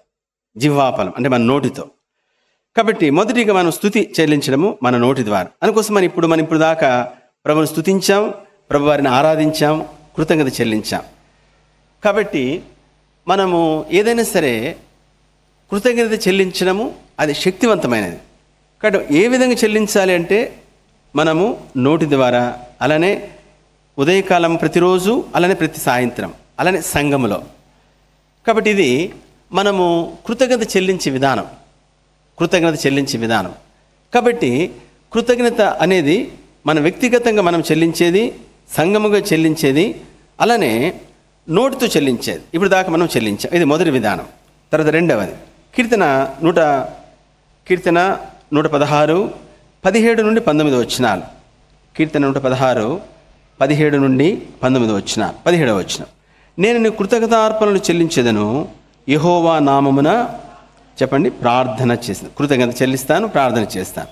ఎక్కడ చేస్తాను? 18వ వచనం, ఆయన ప్రజలందరి ఎదుట యెహోవా మందిరము ఆవరణములో. అనగా సమాజముగా, సంఘముగా మనము కృతజ్ఞత చెల్లించడం. సమాజముగా, సంఘముగా. 19వ వచనం, 116వ కీర్తన 19వ వచనం, యెరూషలేమా నీ మధ్యను నేను యెహోవాకు నా మ్రొక్కుబడులు చెల్లించెదను. అందరు నా వెంట చెప్పండి, నా మ్రొక్కుబడులు చెల్లించెదను. కాబట్టి రెండవది చూస్తే మనం కృతజ్ఞత అనేది నోటితోనే కాదు, నోటితో చెల్లించడము, దానితో పాటు రెండవది చూస్తే మ్రొక్కుబడి, అనగా మ్రొక్కుకున్నది మనం చెల్లించడం, మ్రొక్కుబడి. కాబట్టి ప్రజలందరి ఎదుట మ్రొక్కుబడులు మనం చెల్లించడం అనగా ప్రథమ ఫలము కానీ, దశమ భాగము కానీ, లేదా కృతజ్ఞత కానుక కానీ, ఏదైనా సరే ఒక అర్పణ ద్వారా మనము ఆయనకు కృతజ్ఞత చెల్లించడం. సంఘం ఎదుట, ప్రజలందరి ఎదుట, అలానే ఒక అర్పణ ద్వారా. కాబట్టి కృతజ్ఞత అనేది ఏదైతే ఉందో, అది కేవలం నోటితో చెప్పడం మాత్రమే కాదు. అంటే నోటితో చెప్పడం కాదా అంటే నోటితో చెప్పడం కూడా ఉంది, నోటితో చెప్పడం కూడా కృతజ్ఞతే. అయితే అది ఒక మొదటి విధానం. రెండవ విధానం ఏమిటంటే చెప్పండి, మ్రొక్కుబడితో లేదా ఒక అర్పణతో నా మ్రొక్కుబడులు నేను చెల్లిస్తాను. సహోదరి, కాబట్టి దేవునికి ఇవ్వడము అంటే దేవుడు మనకి ఇచ్చిన దాంట్లో కృతజ్ఞతగా. చూడండి, మనకి ఏదైనా ఒక కార్యం చేశారనుకోండి, ఆ కార్యం చేస్తే మనము వాళ్ళ దగ్గరికి వెళ్ళినప్పుడు ఏం చేస్తాం? కనీసం స్వీట్ ప్యాకెట్ అని తీసుకెళ్తాం. ఒకవేళ తీసుకెళ్ళలేదనుకోండి, ఏమనిపిస్తుంది? అరే వాడు కృతజ్ఞత కూడా లేదురా, కనీసం వాడు వాడుకొని వదిలేసే రకంలాగా ఉన్నాడు, కనీసం కృతజ్ఞత కూడా లేదు వాడికి, కనీసం ఒక స్వీట్ ప్యాకెట్ తీసుకొచ్చి అలా వందనాలని చెప్పి ఒక మాట చెప్పడానికి లేదు, ఎంత కృతజ్ఞత లేనోడ్రా వీడు అని ఒక కామన్ మ్యాన్ కొంచెం మేలు చేస్తేనే అలా చెప్తాం. అయితే దేవుని దగ్గర కూడా దేవుడు మనకు ఇచ్చిన మేళల్లో లేదా ఇచ్చిన కార్యాల్లో చూడండి, దేవుడు ఇచ్చిన రాబడిలో బైబిల్ ఎన్నో వచనాలు ఉన్నాయి, అనేక వచనాలు. అనగా రాబడిలో ప్రథమ ఫలం, రాబడిలో అంటే మొదటి ఫలం, ప్రథమ అంటే మొదటి ఫలం. కాబట్టి దేవుడు మనకి ఇచ్చిన దాంట్లో మనం కానుకల ద్వారా కృతజ్ఞత చెల్లించడం. కాబట్టి ఒక మాట చెప్తాను, మూడో అంశాన్ని వెళ్ళకముందు, మ్రొక్కుబడులు అనేది చాలా శక్తివంతమైనది. నా అనుభవపూర్వకం చెప్తున్నాను, చాలా శక్తివంతమైనది. కాబట్టి చాలాసార్లు జవాబు రాకపోతే నేను కూడా మొక్కుబడి చేసుకునేవాడిని. ప్రభా నువ్వు ఇది చేస్తే, నేను ఆ విధంగా సర్వనాశనం అయిపోయిన సంవత్సరం 2007 చూస్తే ఆ సమయంలో భయంకరంగా మొత్తం ఫినిష్ అయిపోయింది, అంతే ప్రాణం మిగిలింది, అంతే మొత్తం అంత పోయింది, ఇంకేం లేదు. ఏదైనా మింగితే అది కూడా పోయేది, ఆ మింగలేదు, అంతే మిగితే వెళ్ళిపోయాను. సరే, అట్లాంటి పరిస్థితి, బయటకు వచ్చే అవకాశం లేని పరిస్థితి, అలాంటి సర్వనాశనం అయిపోయింది వ్యవస్థ అంతా నాకు. అలాంటి పరిస్థితుల్లో ఇంక నేను బయటికి రాలేని పరిస్థితుల్లో మొక్కుబడి చేసుకున్నాను. యేసయ్యా నీవు కానీ నన్ను విడిపిస్తే, నీవు కానీ నాకు సహాయం చేస్తే, నేను బయటకు వస్తే నేను నీ సేవ చేస్తాను. కాబట్టి అనేక సార్లు అనేక సేవకులు బాల్యము నుండి ఆ విధంగా ఎంతోమంది, ఆయన ఒక సేవకుడు వచ్చాడు చెన్నై నుండి, ఆయన పంజాబ్లో సేవ చేస్తున్నాడు, ఎడ్డీ విలియమ్స్ అని ముసలాయన. ఇప్పుడు ఎడ్ విలియమ్స్ గారు వచ్చారు. వచ్చి ఆ 3 రోజుల మీటింగ్ విజయవాడ పెట్టాడు. అక్కడ మా దగ్గరికి వచ్చాడు. పెట్టినాక లాస్ట్లో ఎపఫ్రా దేవుడు నిన్ను సేవకు పిలిచాడు. నేను అన్నాను, దేవుడు పిలిచాడు అంకుల్, ఆయన ఎప్పుడు పిలుచుకుంటాడు అప్పుడు వస్తానులే అన్నాను. లేదు ఆయన నేను పిలుస్తున్నాడు. రెండవది నేను సేవకుని, నా ద్వారా నేను పిలుస్తున్నాడు. ఇప్పుడు నేను పిలుస్తున్నాను డైరెక్ట్గానే, వదలలేదనమాట. నువ్వు చెప్పడానికి వీలు లేదు, ఎవరేం చెప్పినా ఏదో చెప్పావన్నమాట. అట్లా ఎంతోమంది సేవకులు, 100 కొలది, 1 2 కాదు 2 కాదు, 100 కొలది ఎపఫ్రాని దేవుడు సేవకించుకున్నాడు. సేవకని మేము ఊహ వచ్చినప్పుడు నుండి నాకు అదే పిలిపినమాట. ఎవరైనా కనపడ్డాడు దండం పెట్టిన ఆయన ఈడు మళ్ళీ అంటాడేమో తప్పించుకుని వెళ్ళిపోయాను కనపడకుండా. అట్లుండేది పరిస్థితి. ఆయన అయితే డైరెక్ట్గా ఇప్పుడు నేను చెప్తున్నాను, నేను సేవకుని, నా ద్వారా దేవుడు నేను పిలుస్తున్నాడు, నువ్వు నాతో పాటు రావచ్చు, పంజాబ్కి వెళ్ళిపోదామని. పంజాబ్లో సేవ చేశాడు అన్నమాట. చెన్నైలో ఉన్నాడు ఆయన, పంజాబ్. అట్లా ఎన్నోసార్లు ఆ విధంగా చెప్పినా నేను వినలే. లైఫ్ అంతా అనేక సంవత్సరాలు. చివరికి దేవుడు అన్ని వైపులు పొగబెట్టాడు, చెత్తగుడి పడేశాడు. ఇక ప్రాణం పోయే పరిస్థితి, ఏదో మందు మింగి చావడం తప్పేమీ లేదు. బయటకు వచ్చే ఛాన్స్ లేదు, అంతే. నా లైఫ్ అంతా అప్పులో ఉండాల్సిందే, చచ్చేంత వరకు పేదరికం అప్పు కట్టుకోవడం నా బతుకు, అంతే. అట్లయిపోయింది నా జీవితం. అప్పుడు నేను మొక్కుబడి చేసుకున్నాను, యేసయ్య నీవు నన్ను బయటికి తీసుకొస్తే ఈసారి నేను ఖచ్చితంగా నీ సేవ చేస్తాను, ఏమైనా కానీ పచ్చడి వేసుకొనే సేవ చేస్తాను, ఎవరు నన్ను రాకపోయినా సేవ చేస్తాను, నన్ను ఒక్కరు కూడా ప్రైజ్లాడి చెప్పకపోయినా పర్వాలేదు, లేకపోతే నన్ను అందరూ వదిలేసి వెళ్ళిపోయినా నేను చచ్చేంత వరకు నీ సేవ చేస్తాను. ఎందుకని ఇలానే మందు బింగు చావడం కంటే నీ సేవ చేస్తే చావడం ఉత్తమం కదా. ఎలాగైనా చేస్తాం, ఈ భూమి మీద ఎవడైనా చావాల్సిందే. సేవ చేసిన చావాలి, చేయకపోయినా చావాలి. ముఖ్యమంత్రి అయినా చావాలి, ముఖ్యమంత్రి కాకపోయినా చావాలి, అందరూ చచ్చిపోవాల్సిందే. ఎవరైనా సరే చావు అనేది ఫిక్స్డ్, అంతే. పుట్టిన ప్రతివాడు చావాల్సిందే. అయితే ఎలా చావాలో నేను ఇప్పుడు ఇలా రెండోది, నేను ఇలా ఇరుక్కుపోయాను, చచ్చిపోవాల్సిన పరిస్థితికి వచ్చాను. సేవ చేసి చావడం ఉత్తమంగా నిర్ణయించుకొని మొక్కుబడి చేసుకున్నాను. సో దేవుడు ఒక అద్భుతమైన ద్వారం తెరిచాడు. జస్ట్ 5 monthsలో నా లైఫ్ అంతట్లో నేను కట్టవలసినంత లైఫ్ అంతా కట్టలేనంత దాన్ని 5 నెలలకు క్లోజ్ చేసి పారేశాను. అంటే దేవుడు అంత శక్తి ఇచ్చాడు, అలా చేశాడు, ఆయనే చేశాడు అదంతా. అయిపోయి నాకు సేవకు రమ్మంటే మళ్ళా ప్రభా నేను వస్తాను, కానీ మరి నా భార్య పరిస్థితి ఏమిటి, నేను వస్తాను కానీ నా బిడ్డల పరిస్థితి ఏమిటి, వాళ్ళని ఎవరు పోషిస్తారు, ఫీజులు ఎవరు కడతారు, ఇండ్లు రెంట్ ఎవరు కడతాడు, ఎవడు మనకేమిస్తాడు. దేవుడు అన్నాడు, తమాషా చేయబాకు, ఓన్లీ 1 word, వస్తావా సేవకు రావా, 2 చెప్పు. అలా నేను వస్తాను ప్రభా, నేను రానట్లేదు, కానీ నా బిడ్డల పరిస్థితి, నా భార్య పరిస్థితి, నా కుటుంబ పరిస్థితి. ఎందుకని మా నాన్నగారు 44.5 సంవత్సరాలు ఏకదాటికి సేవ చేసి, సేవల్లో కష్టాలు, బాధలు, కన్నీరు అనేది మాకు పుస్తకాలు రాయొచ్చు అనమాట. దాంట్లో పుట్టి పెరిగిన వాళ్ళు మేము. పరమ భయంకరమైన పేదరికం అనుభవించాం. అవి చూసి అక్కడి నుండి వచ్చిన, అంటే మా తండ్రే, మేము పుట్టి పెరిగిన దాంట్లోనే, కొత్తగా సేవ చెప్పి బయట ఉండి కనిపెట్టాల్సింది ఏం లేదు, ఇక ఏమి లేదు, మేము దాంట్లో నుండి వచ్చిన వాళ్ళం. కాబట్టి అది చూసాక ఎవరు రాలేరు సేవ, మా ఫాదర్ సేవ చూసాక ఎవరు రాలేరు. భయంకరమైన శ్రమ. అంటే ప్రభు అన్నాడు, వస్తావరా 2 అన్నాడు. చివరికి 2010లో అగ్రెసివ్గా అడుగుపెట్టాను, శూన్యంలో అడుగుపెట్టాను, బూడిదలు అడుగుపెట్టాను, అంత ఏమీ లేదు, భవిష్యత్తు లేదు. పిల్లల్ని గవర్నమెంట్ స్కూల్ వేసేసినా పర్వాలేదు, నేను ఒక పూట తిని 2 పూటలు పస్తుందాం అనుకున్నాను, ఎందుకంటే అలా ఉంటుందేమో అనుకున్నాను. కానీ ప్రభు కృపను బట్టి ఈరోజు వరకు ఉపవాసం ఉండి ప్రార్థన చేయడానికి ఉపవాసం ఉండ తప్ప ఏ రోజు దేనికి ఇది కట్టాలి అంటే లేదు అనే మాటలేదు. ఇది ఈ రోజు వరకు గత 14 సంవత్సరాలు సేవకు వచ్చిన మొట్టమొదటి దినమును కూడా ఏ ఫంక్షన్ హాల్కైనా వెళ్ళండి, మేము పెండింగ్ పెట్టాము అడగండి, పెండింగ్ పెడితే ఆడెందుకు ఉంచుతాడు, మనల్ని మెడబెట్టి గంటేస్తారు. ఏ ఫంక్షన్ హాల్కైనా వెళ్ళండి, పేమెంట్ ఫస్ట్ మేము ఫోన్ చేసి, ఇప్పుడు కూడా నిన్న 5వ తారీఖు కదా, మేము ఫోన్లు చేస్తాం, ఎత్తకపోతే మళ్ళీ ఫోన్ చేసి. That is our character. ఆయన అడగాల్సిన అవసరం ఎక్కడికి వెళ్ళినా సరే. కాబట్టి ఎంత ఇబ్బందిని మొదలుకోదు, ఎందుకంటే గవర్నమెంట్ శాలరీ అయినా లేట్ అవుతుందేమో కానీ ఇక్కడ కట్టేది లేట్ అవ్వదు, అంత ఫిక్స్డ్గా. అంటే దేవుడు అలా చేశాడు. సరే, దీనంతటి కారణం ఏమిటంటే మొక్కుబడి చేసుకున్నాను. మళ్ళీ సేవకు వచ్చాను. సేవకు వస్తే ఏ రోజు ఐ నెవర్ ఆస్క్ 100 రూపీస్ ఎవరిని. పబ్లిక్లీ సంఘంలో చెప్తుంటాను, ఈ స్థానిక సంఘంలోనే ఏ ఒక్క వ్యక్తిని కూడా నాకు 100 రూపాయలు కావాలి, ఇది కావాలి అన్నాను ఎవరిని. గత 14 ఏళ్లలో సేవకు వచ్చినాక ఒక్క వ్యక్తిని అడగలేదు, ఎవరు చెప్పలేరు, డైరెక్ట్గా ఇండైరెక్ట్ కానీ.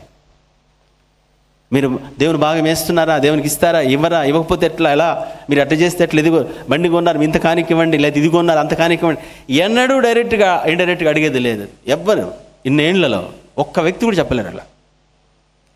సరే, ఇదంతటికి మూలం ఏమిటంటే మొక్కుబడి చేసుకున్నాను, దేవుడు వచ్చి తీసుకొచ్చాను. పిల్లల్ని ఏ కాలేజీలో చదివించాలో, ఏ స్కూల్లో చదివించాలో, ఎక్కడ ఉండాలో, ఏం చేయాలి, ఎవ్రీథింగ్ ఇస్తారు. ఒకరోజు దేవుడు మందిరం కూడా ఇస్తాడు. అతి ఘనమైన మందిరం మనం కడతాం. 100% అంతే, 100% కడతాం. అది కూడా శ్రేష్టమైంది. చెప్పే కదా, ఏ దాంట్లో చదివించాలంటే ఆ దాంట్లో చదివించగలిగాం.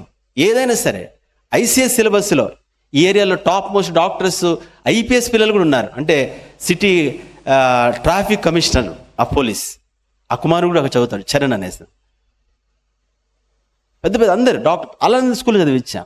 అంటే నేను అనేది ఏమిటంటే గొప్పగా చెప్పుకోవడం కాదు, నా దేవుని నమ్మి వచ్చాను, నాకు ఎవరు సర్టిఫికేట్ ఇవ్వలే, నీవు సేవకు రమ్మని, ఏ సంస్థను నా సర్టిఫికేట్ ఇవ్వలే, నీ గ్యారంటీ ఇస్తా ఉండని, నా ప్రభు నమ్మి వచ్చాను, నా మరణదినం వరకు నా గ్యారంటీ, ఆయన నన్ను, నా కుటుంబాన్ని, నా పరిచర్యను నడిపించగలడు. దట్స్ ఆల్, అంతే. సోదరుడే సహోదరి, ఇదంతా స్టోరీ కాదు. నాతో ఉన్న వాళ్ళకి తెలుసు నా లైఫ్ ఏమిటో. నేను పెళ్లి కాకముందు 2 రోజులు ఉన్నా నాతో. 6 ఏళ్ళు సంవత్సరం సేవ కూడా వేస్తే మనం చెప్తున్నాడు 3 ఏళ్ళకి ఎలగొట్టి పారేస్తాం. ఎందుకని ఆల్రెడీ వాళ్ళు ఎలగొట్టేస్తున్నారు, సంఘస్థులే. వాళ్ళు ఎలగొడితే మేము ఎలగొడతాం అంటాడు ఒక ఆయన. చెప్తున్నారు ఒక బ్రదర్, 3 ఏళ్ళు అంతే. ఎందుకని ఈ భాగవతం వాళ్ళకి అర్థమైపోద్ది, వాళ్ళది వీళ్ళకి అర్థమైపోద్ది. ఇక చాలు నేను చేసిన సేవ చాలు, దండం పెడతాను, ఇక నువ్వు బయలుదేరు. ఒక 6 నెలలు నటించగలవు, అంత హల్లెలూయా స్తోత్రం సంవత్సరం, సంవత్సరం తర్వాత అంత బయటకు వచ్చేస్తుంది. ఆయన పోయి ఇంకోడు. ఎందుకని లాంగ్లో ప్రజలతో నడపడం చాలా కష్టమైన విషయం. ప్రజలు నడపడం అనేది, భార్య భర్త బిడ్డలు ఒక 4 నడుపులే వస్తున్నారు. ఒక్కొక్కరు కుటుంబాలు విడాకులు దాకా కొట్టు వస్తున్నారు. 2 బిడ్డలు భార్య భర్త అంతే.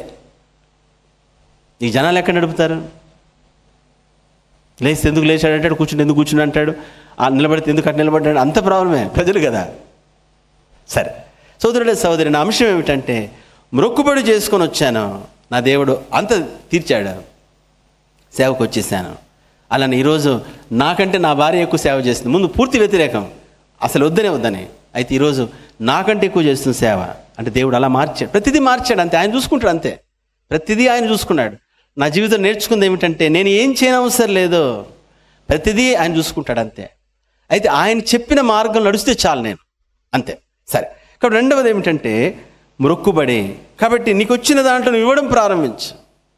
ఒక విషయం ఏమిటి, 10వ భాగం నేను ఇస్తాను. నేను తీసుకున్న దాంట్లో నాకు ఎవరన్నా ఇచ్చారు ఏదన్నా అంటే ఇక్కడ వస్తే మొదట తీస్తాను, అంత పక్కన పెట్టేస్తాను.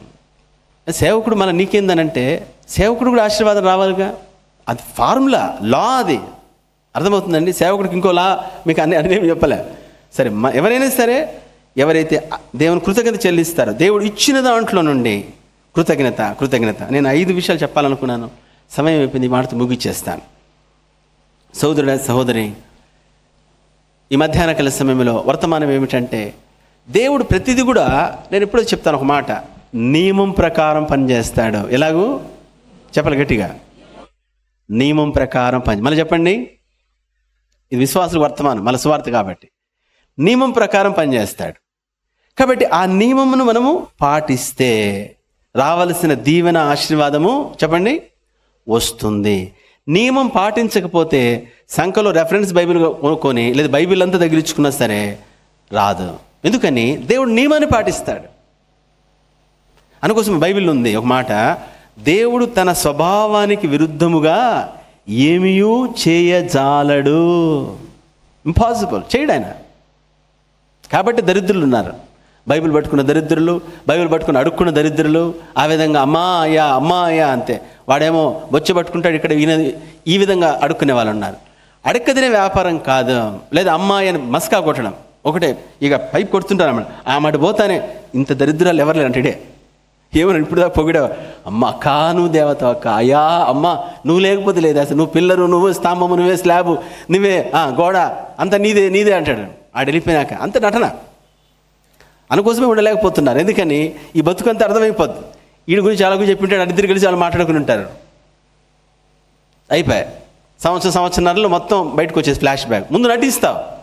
దేవుని బిడ్డ జ్ఞాపకం ఉంచుకోవాలా, దేవుడు నియమం ప్రకారం పనిచేస్తాడు. నియమము according to the law. First ఆ లా మనకు తెలిసి ఉండాలి. రెండవది ఆ లాను మనము ఫిల్ఫిల్ చేయాలి, లేదా దాని ప్రకారం నడవాలి, లేదా దాని ప్రకారం పనిచేయాలి. కొంత సమయం పడుతుంది. అంటే సమయం అంటే ఎంత?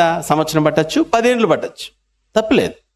ఒక దైవజనులు చెప్పారు, అమెరికాలో ఉన్నారు, నేను నేర్చుకోవడానికి 8 సంవత్సరాలు పట్టిందని చెప్పారు. 8 సంవత్సరాలు. వాళ్ళ మెయిన్ ఆఫీస్ చెప్పామన్నా 57 ఎకరాల్లో ఉంది. షికాగో 57 ఎకరాలు. అంటే దేవుడు అద్భుతంగా దీవించాడు. ఒక్కొక్క సేవకులను, ఒక సేవకు పరిచర్యలను బహుగా దీవించాడు దేవుడు. ఎలాగూ అంటే ఎందుకు దీవించాడు? నేను ప్రతిసారి ఒక మాట చెప్తాను.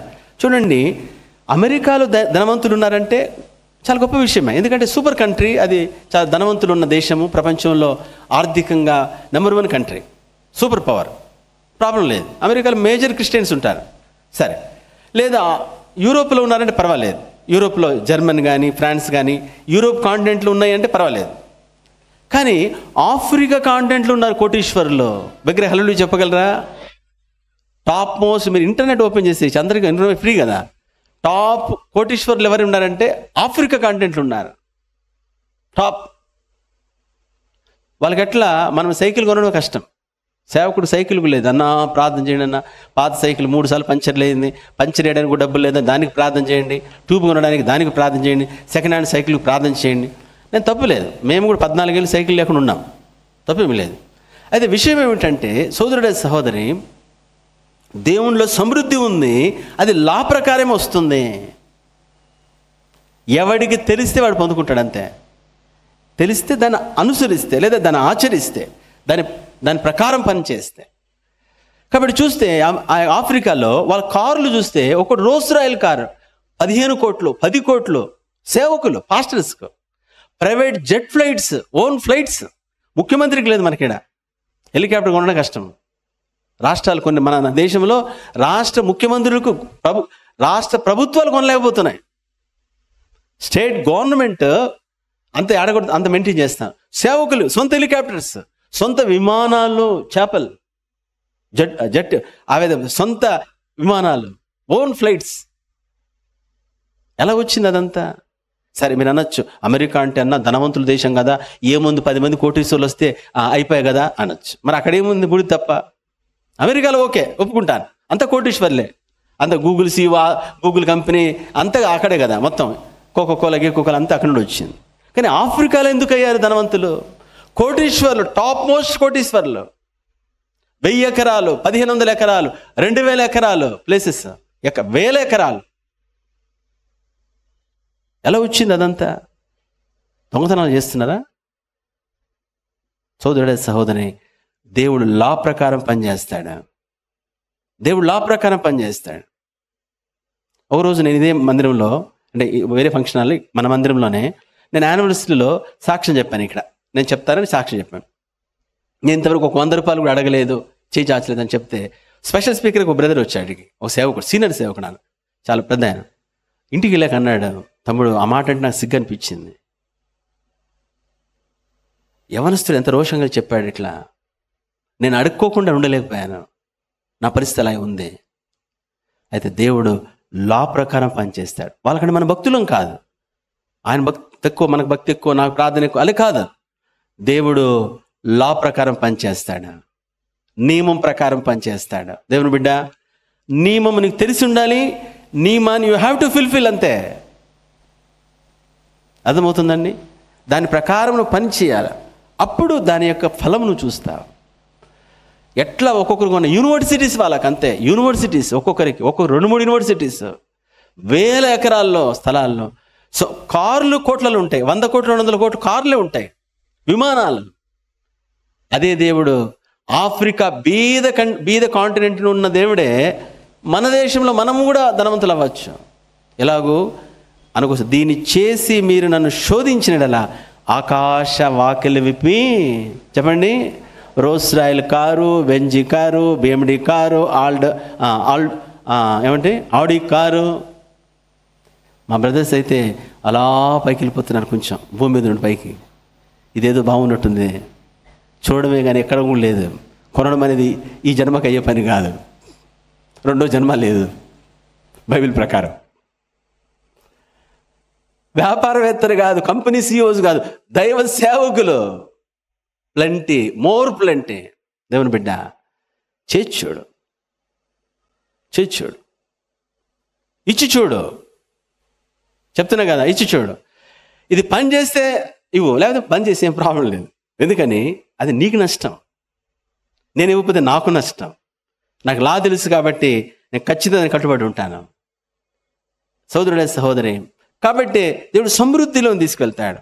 కాబట్టి కృతజ్ఞత అంటే ఏమిటంటే, దేవుడు నీకు ఇంత ఆదాయం ఇచ్చాడు అయ్యా అని మళ్ళీ చెప్పాను. ఇది కూడా ఏమని, ఇచ్చేటప్పుడు ఎలా ఇవ్వాలి అక్కడ రాయబడింది, సనుగు కొనకయ్యో, తర్వాత బలవంతముగా కాకయ్యో. తర్వాత ఎలా ఇవ్వాలి ఇచ్చేటప్పుడు? అలా కాకుండా సంతోషంగా, ఉత్సాహంగా, సంతోషంగా.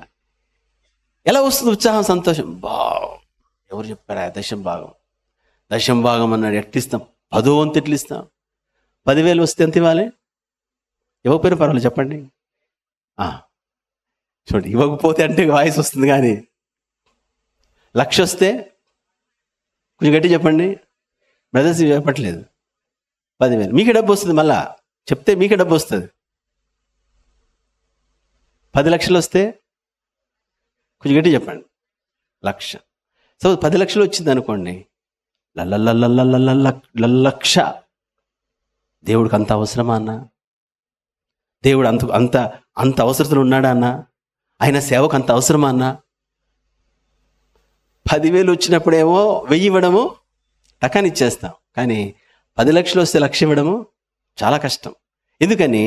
సరే అప్పుడు ఏమంటాడు దేవుడు, సరే ఒక పని చేద్దాం, 10 లక్షల బదులు ఏం చేద్దాం, 10,000 ఇద్దాం. అప్పుడేమవుతుంది? ప్రభా నీకు వందనాలయ్యా, అయ్యా వందనాలు, అయ్యా వందనాలు, 1,000 రూపాయలు టకాని ఇచ్చేస్తాం.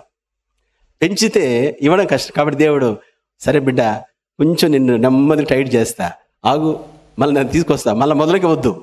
అప్పుడు మళ్ళా దేవుని బిడ్డ, నువ్వు ఎంత సమృద్ధికి ఇస్తావో అంత పొందుకుంటావు. సరే, ఎలా మనం సంతోషం ఇవ్వగలము? ఎలా సంతోషం ఇవ్వగలము అంటే, మీకు తెలిసిన అనుభవమే, నేను కొత్త చెప్పేది లేదు. ఏమిటి అనుభవం అంటే, సపోజ్ మీరు ఒక ఎల్ఐసి పాలసీ చేయాలనుకోండి. సపోజ్ ఎల్ఐసి పాలసీ ఎంత సంతోషం చేస్తారు. మా అబ్బాయి వయసు అన్న 17 అంతే, 17. ఆ అమ్మాయి 16 అన్న, 16. ఎంత పాలసీ వస్తుంది? మెచ్యూరిటీ 35 years ఎంత? అంతకా ఎంత అంట? కోటి వస్తుందా? చేసే అంతే. ఎందుకని? ఇన్వెస్ట్ చేస్తున్నావు కాబట్టి సంతోషంగా, ఆనందంగా కోటి కోటి కోటి అనుకుంటా పాలసీ చేస్తాం. అలానే ప్లాట్ కొనాలనుకోండి, ఎంత? ఇప్పుడు ఇక్కడ కొంటే ఏం లేదండి, సంవత్సరం తిరిగి రండి, ఎంత అవుతుంది? కనీసం అర్ధంట పెరుగుతుంది. 2 ఏళ్ళు అలా తిరిగి రండి సార్, మీరు డబల్ అయిపోతే నన్ను అడగండి, అంత అవుతుందా? మరి ఎంత ఉన్నాయి? 30 లక్షలు ఉన్నాయి, ఇంక 20 అప్పు చేసి ఇంట్రెస్ట్ తెచ్చైనా సరే 50 కలిసి సంతోషంగా ప్లాట్ కొంటాం. అంతేగా ప్లాట్ కొన్నానమ్మా, ఎందుకు కొన్నా అంటాడు ఎవడైనా? చెప్పండి. దశంభాగం దగ్గర అంటామేమో కానీ, దేవునికి ఇచ్చే దగ్గర అంటామేమో కానీ, అక్కడేమైనా అంటామా? ఇంకా ఇది పోగు చేసి, గోల్డ్ పెట్టి, అది పెట్టి, ఇది పెట్టి, మొత్తం పోగు చేసి భలే పని చేశారని పోతే పోయింది. ఎందుకని? ఇన్వెస్ట్ చేసేటప్పుడు నువ్వు సంతోషంగా ఇస్తావు. దేవునికి ఇచ్చేటప్పుడు కూడా ఇన్వెస్ట్ చేస్తున్నాను, నేను విత్తుతున్నాను. ప్రభు అదే చెప్పాడు, ఏమని? విత్తండి. ఇచ్చేస్తున్నా, అమ్మా వచ్చింది అది ఇచ్చేస్తున్నాను కాదు, నేను చేస్తున్నాను, విత్తుతున్నాను, ఇన్వెస్ట్ చేస్తున్నాను. ఓ ప్లాట్ కొన్నప్పుడు, ఇండ్లు కొన్నప్పుడు, గోల్డ్ కొన్నప్పుడు పెట్టుబడి పెట్టేటప్పుడు ఎట్లుంటామో, ఇప్పుడే పెట్టుబడి వచ్చాను, ఆగు 3 నెలలు పెరుగుతుంది, కాళ్ళ మీద కాలేసుకుని ఉంటాడు. అలా ఉండాలా. దేవునికి ధైర్యంగా ఇవ్వు. మళ్ళీ చెప్తున్నాను, నువ్వు నమ్ముతూనే ఇవ్వు, నమ్మకపోతే వేయద్దు, ఏం ప్రాబ్లం లేదు. నువ్వు నమ్ముతూనే, నువ్వు ధైర్యంగా ఇవ్వు. రెండవదిగా, లోపల అంతరంగంలో మాత్రం నేను కోస్తాను. చెప్పండి అందరూ, అంటే పంట కోస్తాను. అందరూ చెప్పండి, అందరూ చెప్పండి మరోసారి. అది కృతజ్ఞతతో విత్తనం. అయ్యా నువ్వు ఇచ్చావు, నీకు వందనాలు, మళ్ళీ విత్తుతున్నాను, మళ్ళా దీనికి అనేక రెట్లు నేను కోస్తాను. అలానే ఇచ్చేటప్పుడు కృతజ్ఞతతో, అయ్యా నేను విత్తిన దానికి ఇన్ని రెట్లు నన్ను తీసుకొచ్చావు, ఈ స్థితిలో తీసుకొచ్చి. ఒక 10,000 శాలరీ ఉండేది, ఈరోజు 30,000 శాలరీ చేశా, 3 రెట్లు పెరిగిపోయింది. ఇదివరకు 5,000 జీతం ఉండేది, ఈరోజు 15,000 జీతం చేశావు. కృతజ్ఞత విత్తు. అలానే కోస్తాను లేదా నేను పంట మళ్ళా చూస్తాను అని దాని విత్తు. 100% పని చేస్తుంది. పని చేసింది కాబట్టి ఆ దేశాల్లో వాళ్ళంత గొప్ప వాళ్ళు అయిపోయారు. మనం ఇంకా గీసుకొని చిల్లర దొరకలేదు అయిపోయిందంటే ప్రభుకు మహిమ కలుగును గాక. ఏమిటంటే 10 రూపాయల నోట్లు బంద్ చేశారంట. ఎవరు? ఆర్బీఐ వాళ్ళు ప్రింట్ చేయడం. సంఘాలు 10 రూపాయల నోట్లు తగ్గిపోతాయి అనమాట. ఎదుగుతూనే ఉంటాడు. 100 రూపాయలు తెచ్చి చిల్లర కావాలి 10 పదులు. ఎందుకంటే 6 నెలలకు వచ్చేస్తాను సంద. కాబట్టి ఆ 10 బతుకంత 10 అయిపోతాయి. నువ్వు సమృద్ధికి విత్తు, సమృద్ధికి కోస్తావు. ధైర్యంగా విత్తు. అలానే నేను ఖచ్చితంగా పంట కోస్తాను. దేవుని బిడ్డ, 2 విషయాలు. ఒకటేమో కృతజ్ఞత నోటి ద్వారా చెల్లించడం. 2వ కృతజ్ఞత మొక్కుబడి. ఏమిటంటే చెప్పండి, ఏమన్నాడు అక్కడ? నా మొక్కుబడులు చెల్లించి, సమాజంలో సంఘములో ప్రజలందరి మధ్య నా మొక్కుబడి చెల్లించి. ఈ మందిరంలోనే దేవునికి నమ్మకంగా ఇచ్చేవాళ్ళు ఉన్నారు, అంటే నమ్మకంగా విత్తేవారు ఉన్నారు. వారు సమృద్ధిని కోస్తూ ఉన్నారు. చూసినప్పుడు అనిపిస్తుంది, ప్రభా వారి ఎంత దీవిస్తున్నావు, నువ్వు నమ్మకస్తుడు. కాబట్టి కొన్నిసార్లు ఎవడైనా దీవించబడే పక్కన ఒక్కళ్ళు వాళ్ళనే ఎందుకు దేవుడు దీవిస్తున్నాడన్నా, వాళ్ళే ఎందుకు మళ్ళీ గొప్ప అవుతున్నారు, వాళ్ళే ఎందుకు పెట్టుబడి, వాళ్ళే ఎందుకు ఇస్తున్నారు, నువ్వు ఎందుకు ఇవ్వకూడదు? వాళ్ళే ఇస్తున్నారు, వాళ్ళే కోస్తున్నారు పంట. ఎవడు విత్తాడు వాడే కోస్తాడు. మనకున్న మహాజ్ఞానం ఏమిటంటే, వాడు విత్తుతాడు, మనం కోద్దాం అనుకుంటాం. ఎడ కుదురుతండి చెప్పండి? ఎవడు విత్తితే వాళ్ళకి వస్తారు. ఎవడు పెట్టుబడి పెడితే వాడికి లాభం వస్తుంది. పక్కింటోడు పెట్టుబడి పెట్టాడు, నీకు వస్తుందా లాభం? పక్కింటోడికి వస్తుంది. సరే, కాబట్టి కృతజ్ఞతతో ప్రభుని స్తుతించి, ప్రభుని ఆరాధి, కృతజ్ఞత చెల్లించి నోటితో జిహ్వాఫలం. 2వది సమర్పణ ద్వారా, లేదా ప్రథమ ఫలము, దశమ భాగము, లేదా కృతజ్ఞత కానుక, ఆ విధంగా ఏదైనా కావచ్చు. ఆ విధంగా ఒక మొక్కుబడి, ఒక కార్యం జరిగింది, ధైర్యంగా నువ్వు మొక్కుబడి చెల్లించు. దానికి ఎన్నో రెట్లు కోస్తావు. ఎందుకంటే దేవుడు రుణస్థుడిగా ఉండడు, లాకు ఎగెనిస్ట్గా ఏదీ చేయడం. ఆటోమేటిక్గా ధనవంతులుగా అవరు. ఎందుకు అవరంటే ప్రతి నియమం ఉంది. ఆ నియమం ప్రకారమే ఈ మధ్యాహ్న కాల సమయంలో మనం ప్రభు సమర్పించుకుందాం. ప్రభువులో ప్రవేశించక ముందు సోదరుడ సహోదరి, కృతజ్ఞత చెల్లిస్తున్నామా? వందనాలు చెప్తున్నామా? ఆయన చేసిన దానికి మేలు, ప్రభు వందనాలను, ఆయన వందనాలను చెప్తున్నామా? లేదా సనగడము, గొనగడము, ఏమిచ్చాడు దేవుడు, ఆ దేవుని దగ్గరికి వచ్చి ఏమొచ్చింది, మందిరానికి వచ్చి ఏమొచ్చింది, ప్రార్థన చేస్తే ఏమొచ్చింది, బైబిల్ చదివితే ఏమొచ్చింది? ఎప్పుడు అలా సనుగుడుతో, అసంతృప్తితో, ఆ విధంగా ప్రశ్నతో ఉన్నావా? ఇశ్రాయేలు ప్రజలు అలానే చేస్తూ వచ్చారు. అందరిని అరణ్యంలో ఆకులు రాల్చినట్టు రాల్చి పారేశాడు. అంతే, ఒక్కడు పోలే, 2 మాత్రం తప్ప. ఎందుకని? అదే బ్యాచ్ కాబట్టి. దేవుని బిడ్డ, కాబట్టి మనం క్రైస్తవ జీవితం అనేది సనుగు గొనుగుతూ ఉండేది కాదు, కృతజ్ఞతతో అలానే నోటితో చెల్లిస్తూ ప్రభుకు సమర్పిస్తూ, మళ్ళీ ఆయన ఇస్తూ, మళ్ళీ మనము చేస్తూ, మళ్ళీ మనం అది జరుగుతూ ఉంటుంది. అంతే. ఆ విధంగా ఈ భూమి మీద ఆయన సంతోషపెట్టే జీవితము, అలానే ప్రభు దీవెనలు పొందే జీవితం. ఆ విధంగా అలా ఉన్నామా? లేకపోతే ఇంట్లో భార్య మీద నసకడము, భర్త మీద ప్రతిదానికి కృతజ్ఞత చెల్లించడం. కాబట్టి వందనాలు చెప్తున్నామా? ఏదైనా సరే, ఇంట్లో కానీ, లేదా దేవుడిచ్చిన వ్యాపారం, ఉద్యోగంలో కానీ, లేదా ప్రతి విషయంలో కృతజ్ఞత చెల్లిస్తున్నామా? అలానే ప్రభు మహింపరుస్తున్నామా? మనం పరీక్షించుకొని, ఒకవేళ అలా లేకుండా ఇశ్రాయేలు ప్రజల వల్లే సనుగు గొనుగుతో జీవిస్తూ ఉంటే ఈ దినం దిద్దుకొని, అయ్యా ఇంతవరకు నేను దరిద్రుడుగా అవ్వడానికి, అప్పుల పాలైపోవడానికి, పేదరికానికి, అరిష్టానికి, సమస్తానికి ప్రథమ సంపూర్ణ మూల కారణము చెప్పండి, నేనే. అదనమాట ఇక్కడ బల దగ్గరికి వచ్చేది. సరి చేసుకోవడం నేనే కారణం, ఎవడు కాదు. నేను ఈరోజు దిద్దుకుంటాను, నేను సరి చేసుకుంటాను, నన్ను మార్చు. ఈరోజు తీర్మానం చేసుకుంటాను, కృతజ్ఞతతో జీవిస్తాను ప్రభా అని తీర్మానం చేసుకొని బలలో యోగ్యంగా పాలు పొందినట్లు ప్రభువారు సహాయం చేయగా. దయచేసి మోకరించండి. కొన్ని క్షణాలు మనం పరీక్షించుకుందాం. తర్వాత ప్రభు బలలో మనము పాలు పొందుతాం చేస్తాం. ఎవరైనా పొరపాటు విడిచిపెట్టబడితే మీ హస్తం చూపించండి, మీకు ఆ విధంగా రొట్టె కానీ పాత్ర కానీ అందించబడుతుంది. ప్రభు తండ్రి యేసుక్రీస్తు ప్రభువారి పరిశుద్ధ నామం పేరిట మీకు వందనాలు ప్రభా, కృతజ్ఞతాస్తుతులు చెల్లిస్తున్నాను. ఈ సమయంలో అయ్యా మీ యొక్క శరీరానికి సాదృశ్యమైన రొట్టెలోను, అలానే ప్రభా నాయన మీ యొక్క రక్తానికి సాదృశ్యమైన పాత్రలో యోగ్యంగా పాలు పొందుకు ఇచ్చిన అవకాశం బట్టి స్తోత్రాలు తండ్రి. ప్రభా నాయన ఎవరైతే యోగ్యంగా పాలు పొందారో వారిని బట్టి వందనాలు. ఎవరైతే అయోగ్యంగా పాలు పొందారో శిక్షావిధి నుండి తప్పించం. మిగిలిన రొట్టె ద్రాక్షరసము సార్వత్రిక సంఘమునకు సూచనగా ఉండగా సార్వత్రిక సంఘములో మేము ఒక భాగం నమ్మి స్తుతిస్తున్నాం, కృతజ్ఞత చెల్లిస్తున్నాం. మీకు వందనాలు, స్తోత్రాలు తండ్రి. అలానే ప్రభా నాయన, ఈ విధముగా తండ్రి నాయన ఇక్కడ మీరు ఏర్పాటు చేసిన సాక్ష్యాన్ని బట్టి మీకు వందనాలు, మీ సంఘాన్ని బట్టి మీకు వందనాలు ప్రభా. అనేక పరిస్థితుల్లో నాయన మీ నమ్మకత్వాన్ని నాయన మీరు రుజువుపరుస్తూ వచ్చారు, మీకు వందనాలు, స్తోత్రాలు ప్రభా నాయన. ఆ విధముగా తండ్రి మీరు నడిపించుటకు మీరు ఇచ్చిన పరిశుద్ధాత్మను బట్టి స్తోత్రాలు, జరిగించిన పరిచర్యకే వందనాలు. అలానే తండ్రి ఈరోజు ఆరాధనలో పాలు పొందిన వారిని బట్టి వందనాలు. ప్రతి బిడ్డను పేరు పేరు దీవింపు చేయము. ఏ అవసరతలు కలిగి ఉన్నారో అక్కర అవసరత నీ మందిరము ద్వారా అలానే నీ సన్నిధి ద్వారా తీర్చబడుటకు సహాయం చేయము, స్తోత్రాలు. ఈ విధముగా తండ్రి మీరు నడిపింపబడి వందనాలు చెల్లి స్తుతిస్తూ ఆ విధముగా అయోగ్య దాసులు బలహీనము తండ్రి ప్రభా మమ్మల్ని బలపరుచుము. మీ చిత్త ప్రకారము మీ ఆత్మతో కలిసి నాయన ప్రయాణం చేయటకు సహాయం చేయము, మీ చిత్తము నడుచుటకు సహాయం చేయము, మీ పనిని సంపూర్ణ నెరవేర్చుటకు సహాయం చేయము. ఆ విధంగా తండ్రి ఈ పరిచయం మీరే బహుగా దీవించమని, అలానే ఈ పరిచయలో పాలు పొంచిన ప్రతి సహోదరుడు నిత్యజీవ పరిచయలో ఉన్నవారు సంఘంలో ఉన్న వారందరినీ కూడా పేరు పేరు దీవింపచేయమని, మిగిలిన మేలుకరం దీవెనకరంగా ఉంచమని స్తుతిస్తూ యేసు నామమున స్తుతించి ప్రార్థిస్తున్నాము తండ్రి, ఆమేన్.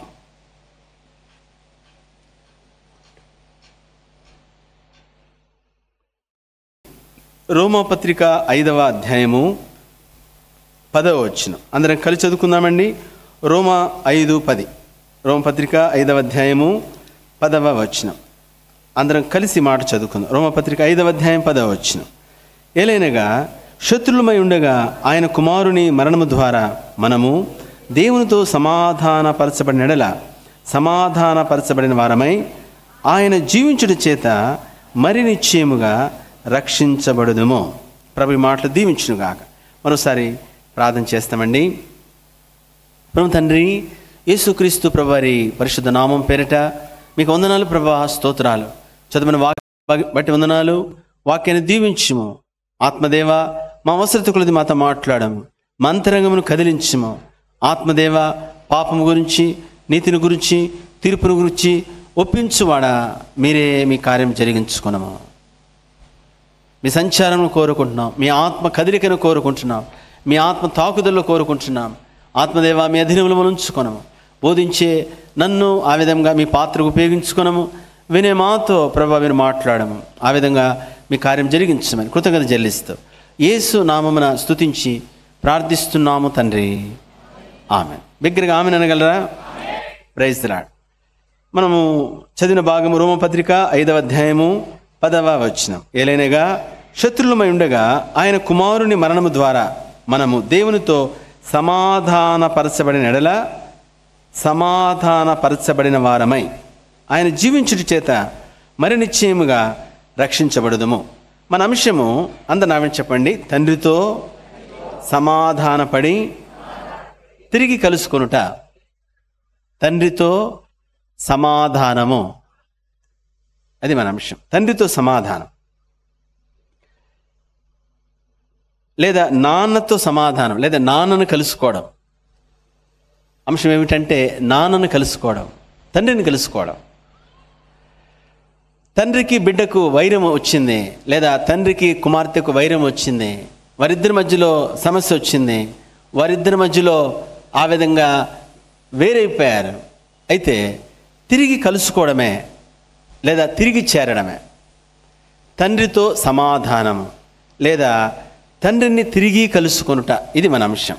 సరే, మొదటిగా ఎందుకు వైరం వచ్చింది? ఇక్కడ చూస్తే తండ్రి ఎవరు? దేవుడు మన తండ్రి. ఎవరని చెప్పండి? దేవుడు. తండ్రి మన దేవుడు. కాబట్టి ఆయన సర్వముకు తండ్రే, నిజమైన తండ్రి. ఆయన నిజమైన ఆ తండ్రి మాత్రమే కాదు, ఆయన అందరికీ తండ్రి. అలానే అందరిని పరిపాలించువాడు, అందరికీ తండ్రి. అందుకోసమని ఒక దైవజనుడు ఇలా అన్నాడు, ఏమిటంటే వారిని అన్యులు అని పిలవద్దన్నాడు. అంటే ప్రభు దగ్గర రాని వారిని వారు ఆ విధంగా పిలవద్దన్నాడు. అయితే వారు ఈ తండ్రి బిడ్డలే. అయితే తండ్రిని ఎరగని బిడ్డలు వారు, తండ్రిని తెలుసుకున్న బిడ్డలము మనం, అంతే.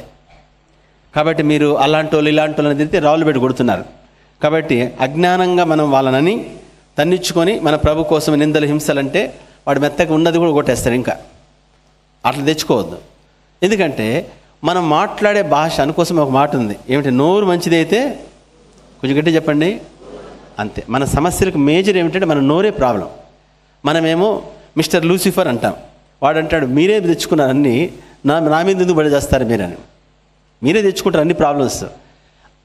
కాబట్టి ఆయన కనపడ్డు కాబట్టి అది లాంగ్వేజ్ అయిపోతుంది. సరే, కాబట్టి విషయం ఏమిటంటే తండ్రిని ఎరగని వారు లేదా తండ్రిని చేరని వారు ఉన్నారు. యేసయ్య చెప్పాడు, నా దగ్గర రాని గొర్రెలు ఉన్నాయి, ఆ గొర్రెలు నేను చేర్చుకోవాలి, యోహాను సువార్త 10వ అధ్యాయంలో. కాబట్టి నా దొడ్డికి చేరని లేదా నా మందలో చేరని గొర్రెలు ఉన్నాయి, నా మందలో చేరని గొర్రెలు ఉన్నాయి, కాబట్టి వాటిని నేను చేర్చుకోవాలి. కాబట్టి తండ్రిని ఎరుగని లేదా తండ్రికి చేరని దూరం అయిపోయిన గొర్రెలు ఉన్నాయి లేదా ప్రజలు ఉన్నారు. సరే, కాబట్టి మన అంశం ఏమిటంటే తండ్రితో సమాధానపడి తిరిగి చేరడం లేదా నాన్నతో సమాధానపడి తిరిగి నాన్నను చేరడము, ఇది మన అంశం. ఎందుకు గొడవ అయింది? ఎందుకు దేవునితో ఆ విధంగా వేరైపోయారు? యెషయా గ్రంథము 59వ అధ్యాయము 2వ వచనం. యెషయా గ్రంథము 59 2వ వచనం. మీ పాపములు ఆయన ముఖమును మీకు మరుగుపరిచెను గనుక ఆయన ఆలకింపకున్నాడు. కాబట్టి మొదటిగా చూస్తే మీ పాపము ఆయన ముఖమును మరుగుపరిచెను, మీ పాపము. But your iniquities have separated you from your God. మీ దేవుని నుండి మీ పాపము లేదా మీ దుష్టత్వము వేరు చేసింది, సపరేటెడ్. కాబట్టి సిన్ సపరేట్స్, కాబట్టి పాపము వేరు చేస్తుంది. కాబట్టి పాపాన్ని బట్టి మనిషి దేవుని నుండి దూరం అయిపోయాడు. కాబట్టి బైబిల్ అదే చెప్తుంది, మనం దేవుని నుండి వేరైపోవడానికి లేదా దూరం అయిపోవడానికి గల కారణం ఏమిటంటే పాపమే కారణం. చూడండి, మీకా గ్రంథము 3వ అధ్యాయం, మీకా గ్రంథం 3వ అధ్యాయము 4వ వచనం. మీకా 3:4. వారి దుర్మార్గతను అనుసరించి నడుచుకొనుచున్నారు గనుక వారు యెహోవాకు మొరపెట్టినను ఆయన వారి మనవి చెప్పండి అంగీకరింపక ఆ కాలమందు వారికి కనబడకుండా చెప్పండి తన్ను మరుగు చేసుకొనెను. ఆయన మరుగు చేసుకుంటున్నాడు, ఆయన వేరే ఉంటున్నాడు లేదా దూరముగా ఉంటున్నాడు. సోదరుడ సహోదరి, కారణం ఏమిటంటే పాపమే కారణము. కాబట్టి పాపము దేవుని నుండి మనిషిని దూరం చేసింది, పాపము దేవుని నుండి దూరం చేసింది. చూడండి, యెషయా గ్రంథము 1వ అధ్యాయం 15వ వచనం. యెషయా 1:15. మీరు మీ చేతులు చాపునప్పుడు మిమ్మును చూడక నా కన్నులు కప్పుకొందును. మీరు బహుగా ప్రార్థన చేసినను నేను వినను. ఎందుకని? మీ చేతులు రక్తముతో నిండి ఉన్నవి, పాపముతో నిండి ఉన్నవి, అపవిత్రతతో నిండి ఉన్నవి, దౌర్జన్యముతో దుర్మార్గతతో ఆ విధముగా దేవుణ్ణి బాధ పెట్టే విషయాలతో నింపబడిన మానవుడు దేవుని నుండి వేరైపోయాడు. కాబట్టి పాపాన్ని బట్టి దేవుని దూరం చేసుకున్నాడు లేదా తండ్రిని కోల్పోయాడు. ఒక తల్లిని తండ్రిని కోల్పోయిన ఒక అనాథైన ఒక బిడ్డ ఎలా ఉంటున్నాడో ఆ బిడ్డ ఎలా ఉంటుందో మానవ జాతి ఈరోజు పరమ తండ్రికి దూరం అయిపోయి ఒక అనాథగా మిగిలిపోయాడు. కాబట్టి ఈ అనాథ కాబట్టి మనిషి ఎన్ని కలిగి ఉన్నా తృప్తి లేదు, ఎన్ని కలిగి ఉన్న సమాధానం లేదు, ఎన్ని కలిగి ఉన్న అతనిలో ఏదో ఒక లోటు కొదవ ఉంది. కారణం ఏమిటంటే ఏదో కోల్పోయిన వాడు ఉంటున్నాడు. సోదరుడ సహోదరి, కాబట్టి ఏమి కలిగి ఉన్నా సరే, డబ్బు మస్తు ఉంది, ఆ విధంగా సుఖ సౌఖ్యాలు ఉన్నాయి, కావలసిన టెక్నాలజీ ఉంది, కావలసిన లగ్జరీ లైఫ్ ఉంది, ఎవ్రీథింగ్ ఈజ్ దేర్. ఒక వ్యక్తి అన్నాడు, ఒక గొప్ప వ్యక్తి, ఏమిటంటే ఇప్పుడున్న ప్రపంచంలో మనం అనుభవించుచున్న టెక్నాలజీ సదుపాయము ఆ స్థాయి అంతా మన పూర్వీకులు అట్లీస్ట్ ఇమాజిన్ చేయలేదు, ఊహించలేదు. ఇలాంటి ప్రపంచం ఉంటుంది, ఈ ప్రపంచంలో ఇలాంటి పరిస్థితి వస్తుందని ఊహించలేదు. అట్లీస్ట్ జస్ట్ ఇది ఆన్ చేసి ఇక్కడ నుండి అమెరికాకు మాట్లాడచ్చు. ఆయన అక్కడ భోంచేస్తాడు, ఇక్కడ మనం భోంచేస్తూ లైవ్లో పెట్టుకుని ఇద్దరు కలిసి భోంచేయచ్చు. 15,000 కిలోమీటర్లు పసిఫిక్ మహాసముద్రం ఉంది. దాన్ని దాటి జస్ట్ వినడమే కాదు, మాట్లాడమే కాదు, ముందు కూర్చున్నట్లు లైవ్లో పెట్టుకొని మాట్లాడచ్చు. ఎంత టెక్నాలజీ వచ్చిందండి.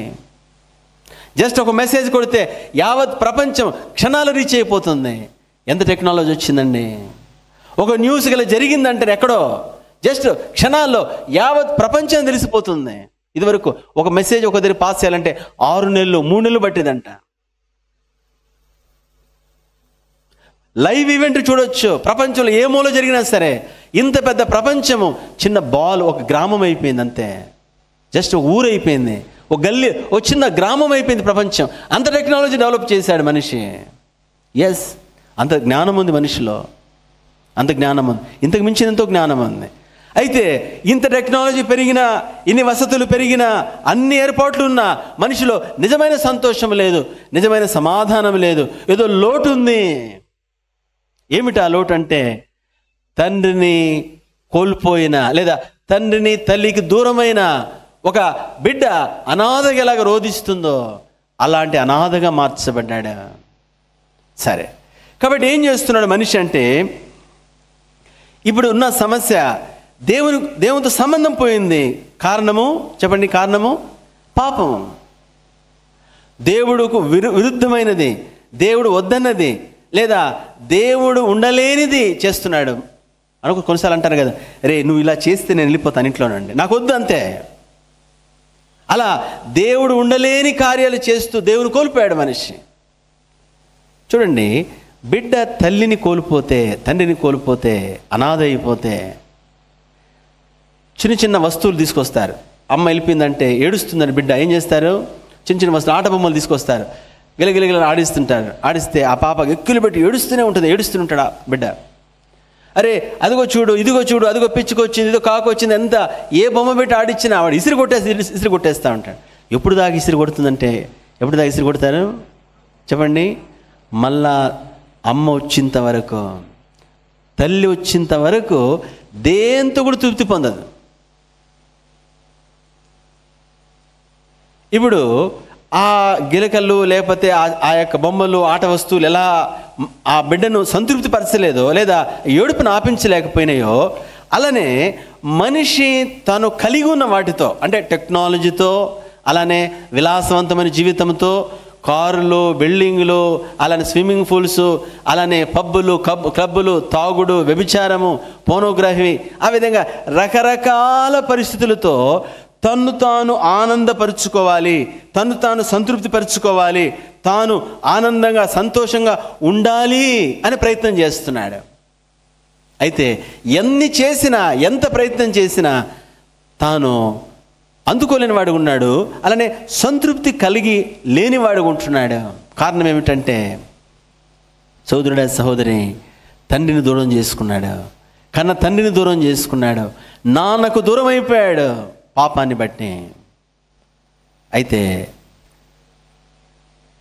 ఏ తండ్రి అయితే మనల్ని సృష్టించాడో, ఏ తండ్రి అయితే మనల్ని ప్రేమించి మనకు కావలసినన్ని అనుగ్రహించాడో, అదే తండ్రి తిరిగి దగ్గర చేసుకోవడానికి ఒక ఏర్పాటు చేశాడు.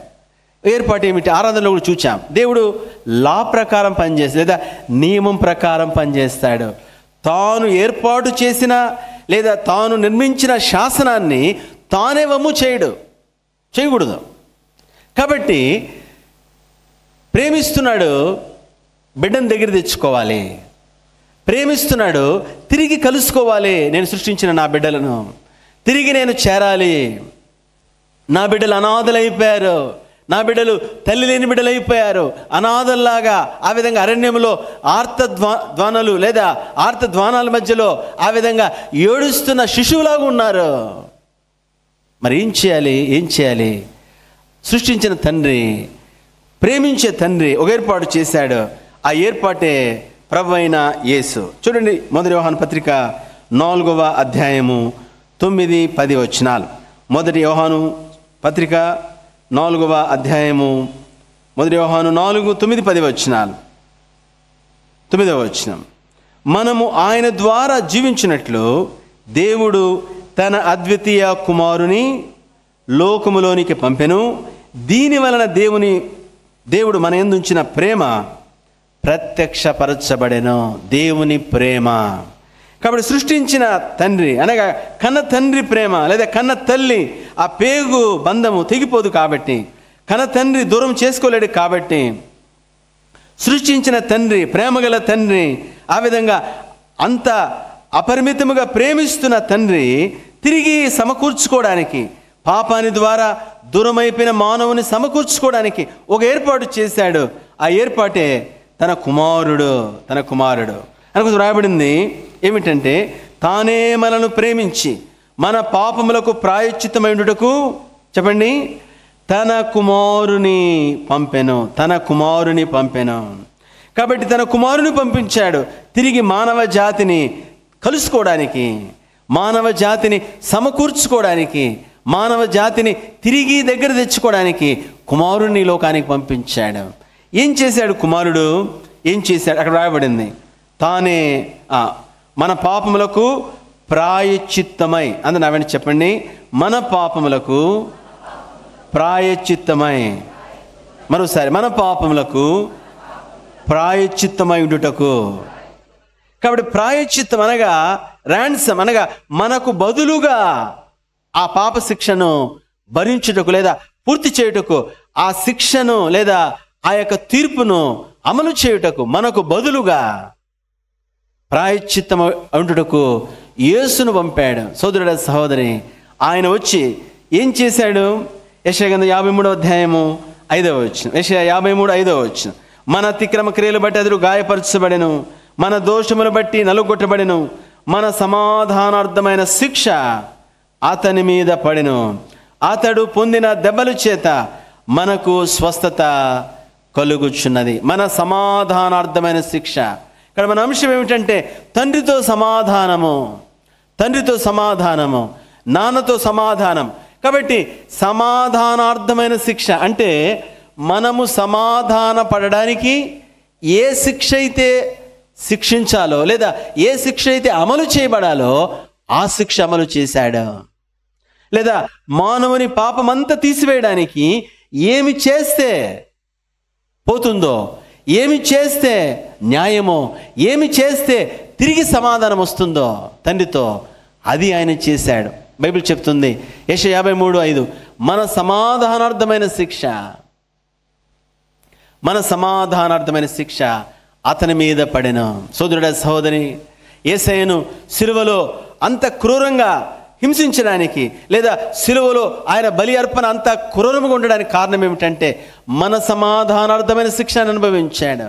కాబట్టి ఆయన చేతిలో మేకులు కొట్టారు. కారణము మనము చేతులతో చేసిన పాపము నిమిత్తమై దేవుడు మనల్ని చేర్చుకోవడానికి ఆయన చేతులు శిక్ష అనుభవించాడు. ఆయన చేతులు మేకులతో దిగగొట్టబడ్డాయి. అలా మన కాళ్ళతో చేసిన పాపానికి కాళ్ళు మేకులతో దిగగొట్టబడ్డాయి. మన తలతో చేసిన ఆ యొక్క చెడు తలంపుడు, చెడు ఆలోచనలు, ఆ విధంగా చెడు ఊహలు, ప్రతిదానికి న్యాయముగా ముళ్ళ కిరీటం పెట్టబడింది. అలానే మనం ఆలోచించే ప్రతి ఆలోచనకు ప్రక్కన బల్లెముతో పొడిచారు. అందుకోసం రాయబడింది, నా వీపు నాగని వాని చాలవలి దున్నబడెను, అతడు స్వరూపమైనను సొబుసైనను లేనివాడిగా మార్చబడెను, మనుషులు చూచి విచారించినట్లు అతడు కురూపిగా రూపము లేనివాడిగా మార్చబడ్డాడు. యేసు ఇలా ఉన్నాడు అని చెప్పలేని విధంగా మార్చబడ్డాడు. చిత్రవదగా మార్చబడ్డాడు, ఒక మాంస బుద్ధగా మార్చబడ్డాడు, కురూపిగా మార్చబడ్డాడు. కారణం ఏమిటంటే అదే శిక్ష నీవు నేను భరించాలి, అదే శిక్ష మానవ జాతి అనుభవించాలి, లేదా నిత్య నాశనము నరకానికైనా వెళ్ళాలి. సోదరుడ సహోదరి, నీకు బదులుగా నాకు బదులుగా మన స్థానములో భరించిన ఆ శిక్ష లేదా మన తీర్పును లేదా తండ్రితో సమాధాన పరచుటకు మన సమాధానార్థమైన శిక్షను యేసు అమలు చేశాడు. ఈ మధ్యాహ్న కాల సమయంలో సువార్త ఏమిటంటే మానవ జాతి శిక్ష నుండి విడిపించబడినది. బిగ్గర హల్లెలూయా చెప్పగలరా? మానవ జాతి శిక్ష నుండి విడిపించబడింది. ఇక నీవు శిక్షించబడవలసిన అవసరత లేదు, లేదా నరకానికి వెళ్ళవలసిన అవసరత లేదు. ఈ ప్రపంచంలో ఏ మనిషి నరకానికి వెళ్ళవలసిన అవసరత లేదు. ఎందుకని? మన జన్మ పాపము, కర్మ పాపము, మానవ ప్రతి పాపము నిమిత్తమై పాపరహితుడైన దేవుడు, పాపము లేని దైవ కుమారుడు అర్పించబడ్డాడు. తీర్పు అమలు చేయబడింది కాబట్టి ఇక ఎవరూ శిక్ష అనుభవించవలసిన అవసరం లేదు. అదే సువార్త. నీకు తీర్పు లేదు, నీకు శిక్ష లేదు. విడిపించబడుటకు ఒకరు అర్పించబడ్డారు, ఆయనే ప్రభువైన యేసు. ఈ మధ్యాహ్న కాల సమయంలో దైవ ప్రేమ ఏమిటంటే యేసును అర్పించాడు. తన అద్వితీయ కుమారుడు, ఏకైక కుమారుడు, తను మిగులా ప్రేమించే నా ప్రియ కుమారుడు, ఈయనందు నేను ఆనందిస్తున్నానన్న ఆయనను, లేదా ఏ పాపము లేని జన్మ కర్మ పాపము లేని ఆయనను అర్పించాడు. సోదరుడే సహోదరి, ఎవరైతే దాన్ని స్వీకరిస్తున్నారో శిక్ష నుండి బయటకు వస్తున్నారు. స్వీకరించడం అంతే. రక్షణ అనేది నువ్వు ఏదో చేసేది కాదు. ప్రతి మతం చెప్తుంది నువ్వు పుణ్యం కట్టుకోవాలంటే, మోక్షం వెళ్ళాలంటే నువ్వు ఏదో చేయాలి. ఆ తపం ఈ తపం జన్మ ఏదో సంథింగ్ ఏదో చేయాలంతే. కానీ బైబిల్ చెప్పే సత్యం ఏమిటంటే నీ కొరకు దేవుడు సమస్తం చేశాడు. అంటే నీ రక్షణ కొరకై సమస్తం చేయబడింది. మరి నువ్వు స్వీకరిస్తే చాలు, అంగీకరిస్తే చాలు. ఇది రెండవది దైవ ప్రేమ, ప్రభువైన యేసు. ఇంకొక మాట చెప్పి నేను ముగిచ్చేస్తాను. రోమపత్రిక 5వ అధ్యాయము 10వ వచనం. రోమపత్రిక 5:10 10వ వచనం చదవండి. రోమపత్రిక 5:10. ఏలయనగా శత్రువులమై ఉండగా ఆయన కుమారుని మరణము ద్వారా మనము దేవునితో సమాధానపరచబడిన ఎడల సమాధానపరచబడిన వారమై ఆయన జీవించుట చేత మరి నిశ్చయముగా రక్షింపబడదుము. కాబట్టి ఇప్పుడు ఏమిటంటే మన సమాధానార్థమైన శిక్ష ఆయన భరించాడు. కాబట్టి ఇప్పుడు యేసు ద్వారా తండ్రితో సమాధానపరచబడుతున్నాం, లేదా తండ్రిని చేరుతున్నాం. కాబట్టి మనం చేయాల్సింది ఏమిటి అంటే పశ్చాత్తాపం. గత పాపం నిమిత్తమై పశ్చాత్తాపం. అయ్యా, చెడు చూపులు, చెడు ఆలోచనలు, ఆ పాప బ్రతుకు, రోత బ్రతుకు, కంపు గబ్బుతో ఉన్న ఆ దరిద్ర బ్రతుకు బతికాను. ఏదో పశ్చాత్తాపడుతున్నా. అయ్యా, నాకు వద్దు ఆ బ్రతుకు, వద్దు నా బ్రతుకు. అలా ఒప్పుకోలు. అయ్యా, నేను పాపిని ఒప్పుకుంటున్నాను, అలానే తీర్పు ఉందని ఒప్పుకుంటున్నాను, శిక్ష ఉందని ఒప్పుకుంటున్నాను, అలానే ఆ శిక్ష మీరు భరించారు అని నమ్ముచున్నాను. యేసు రక్తము నా ప్రతి పాపమును శుద్ధీకరిస్తుంది అని నేను నమ్ముచున్నాను. తండ్రి, నా కొరకు అర్పించిన క్రీస్తు రక్తము నన్ను శుద్ధీకరించి మిమ్మల్ని కలుసుకోవడానికి, లేదా పరలోక రాజ్యం, స్వర్గము, వైకుంఠము, మోక్షము చేరడానికి, లేదా తండ్రిని చేరడానికి, ఆ విధముగా యేసు రక్తము ద్వారా నేను శుద్ధీకరించబడి చేరుచున్నాను, లేదా తండ్రిని కలుసుకుంటున్నాను. నా దోష శిక్షకు ఆ విధ పరిహారము యేసు రక్తము నమ్ముచున్నాను. సోదరుడ సహోదరి, ఈ మధ్యాహ్నము జస్ట్ రిపెంట్ అండ్ యాక్సెప్ట్. పశ్చాత్తాపడు, స్వీకరించు, అంతే. నువ్వు ఏదో చేసేది కాదు, నీ కొరకు అంతా చేయబడినది, అంతే. నువ్వేం చేస్తావు? స్వీకరించడం, అంతే. అది మారు మనసు, సువార్త నమ్ముట. కాబట్టి మనసు మార్చుకున్నావు, యేసు వైపు వచ్చావు, అలానే సువార్త నమ్ముచున్నావు. ఏమిటి సువార్త? యేసయ్య చెప్పిన మాట మార్కు సువార్త 1వ అధ్యాయం 15వ వచనం చదవండి. మార్కు 1:15. కాలము సంపూర్ణమై ఉన్నది, దేవుని రాజ్యము సమీపించి ఉన్నది, మారు మనసు పొంది సువార్త నమ్ముడని చెప్పుచు దేవుని సువార్త ప్రకటించుచు గలిలయకు వచ్చెను. బిగ్గర హల్లెలూయా చెప్పగలరా? మరొకసారి, ఏమిటి సువార్త అంటే దేవుని రాజ్యం సమీపించినది, మారు మనసు పొంది సువార్త నమ్ముడి. ఏమిటి సువార్త? పాపం నిమిషమై, పాపపు తీర్పు విషయమై ఒకరోజు మరణిస్తే నరకము కాచుకొనుంది, మొదటిది. రెండవది, ఆ శిక్షను దేవుడు యేసులో అమలు చేసి మానవ జాతిని అంతటిని విడిపించాడు, లేదా మానవ జాతి అంతటి పాప దోష శిక్ష మొత్తం కొట్టివేశాడు. ఇది సువార్త. మూడవది ఏమిటంటే నువ్వు స్వీకరించడమే, అంగీకరించడమే. అయ్యా, నేను జన్మ పాపిని, కర్మ పాపిని, జన్మ కర్మ పాపముల ఫలితము అవి నేను అనుభవిస్తున్నాను. ఒకరోజు మరణిస్తే నిత్య నాశనము, నరకముందు నమ్ముచున్నాను. యేసయ్యా, నా కొరకు నువ్వు సిలువలో ప్రాణం ఇచ్చావని నమ్ముచున్నాను, పరిశుద్ధ రక్తము కార్చావని నమ్ముచున్నాను. నీ రక్తముతో నన్ను శుద్ధీకరించి నీ బిడ్డగా అంగీకరించు ప్రభు. ఈ ప్రార్థన అంతరంగములో నుండి నిజమైన పశ్చాత్తాపముతో దేవుడు చేసిన ఆ సంపూర్ణ బలియాగమును విశ్వాసముతో నువ్వు చేస్తే, ఈరోజు శ్రేష్టమైన సత్యం ఏమిటంటే నీ దోషం కొట్టివేయబడింది.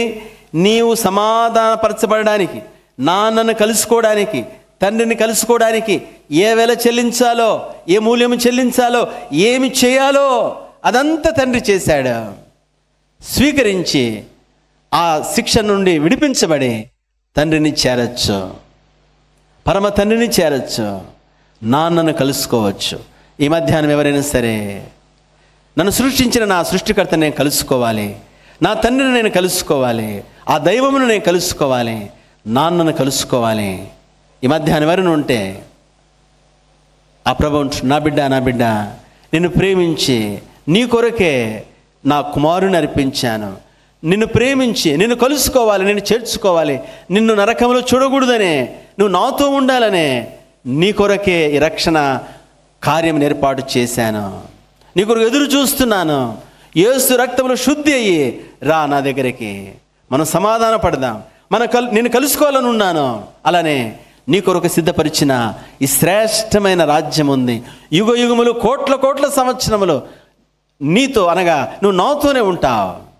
ఈ మధ్యాహ్నము నేను నాన్నను కలుసుకోవాలి, నా తండ్రిని కలుసుకోవాలి అని ఎవరైనా ఉంటే అందరూ లేచి నిలబడండి. ప్రభుతి మాట చెబుదాం, పరలోక తండ్రితి మాట చెబుదాం. పశ్చాత్తాప హృదయముతో, ఒప్పుకోలుతో, గత పాపం విషయమై పశ్చాత్తాపడి నేను విడిచిపెడతాను, నాకు అవసరం లేదు ఇది.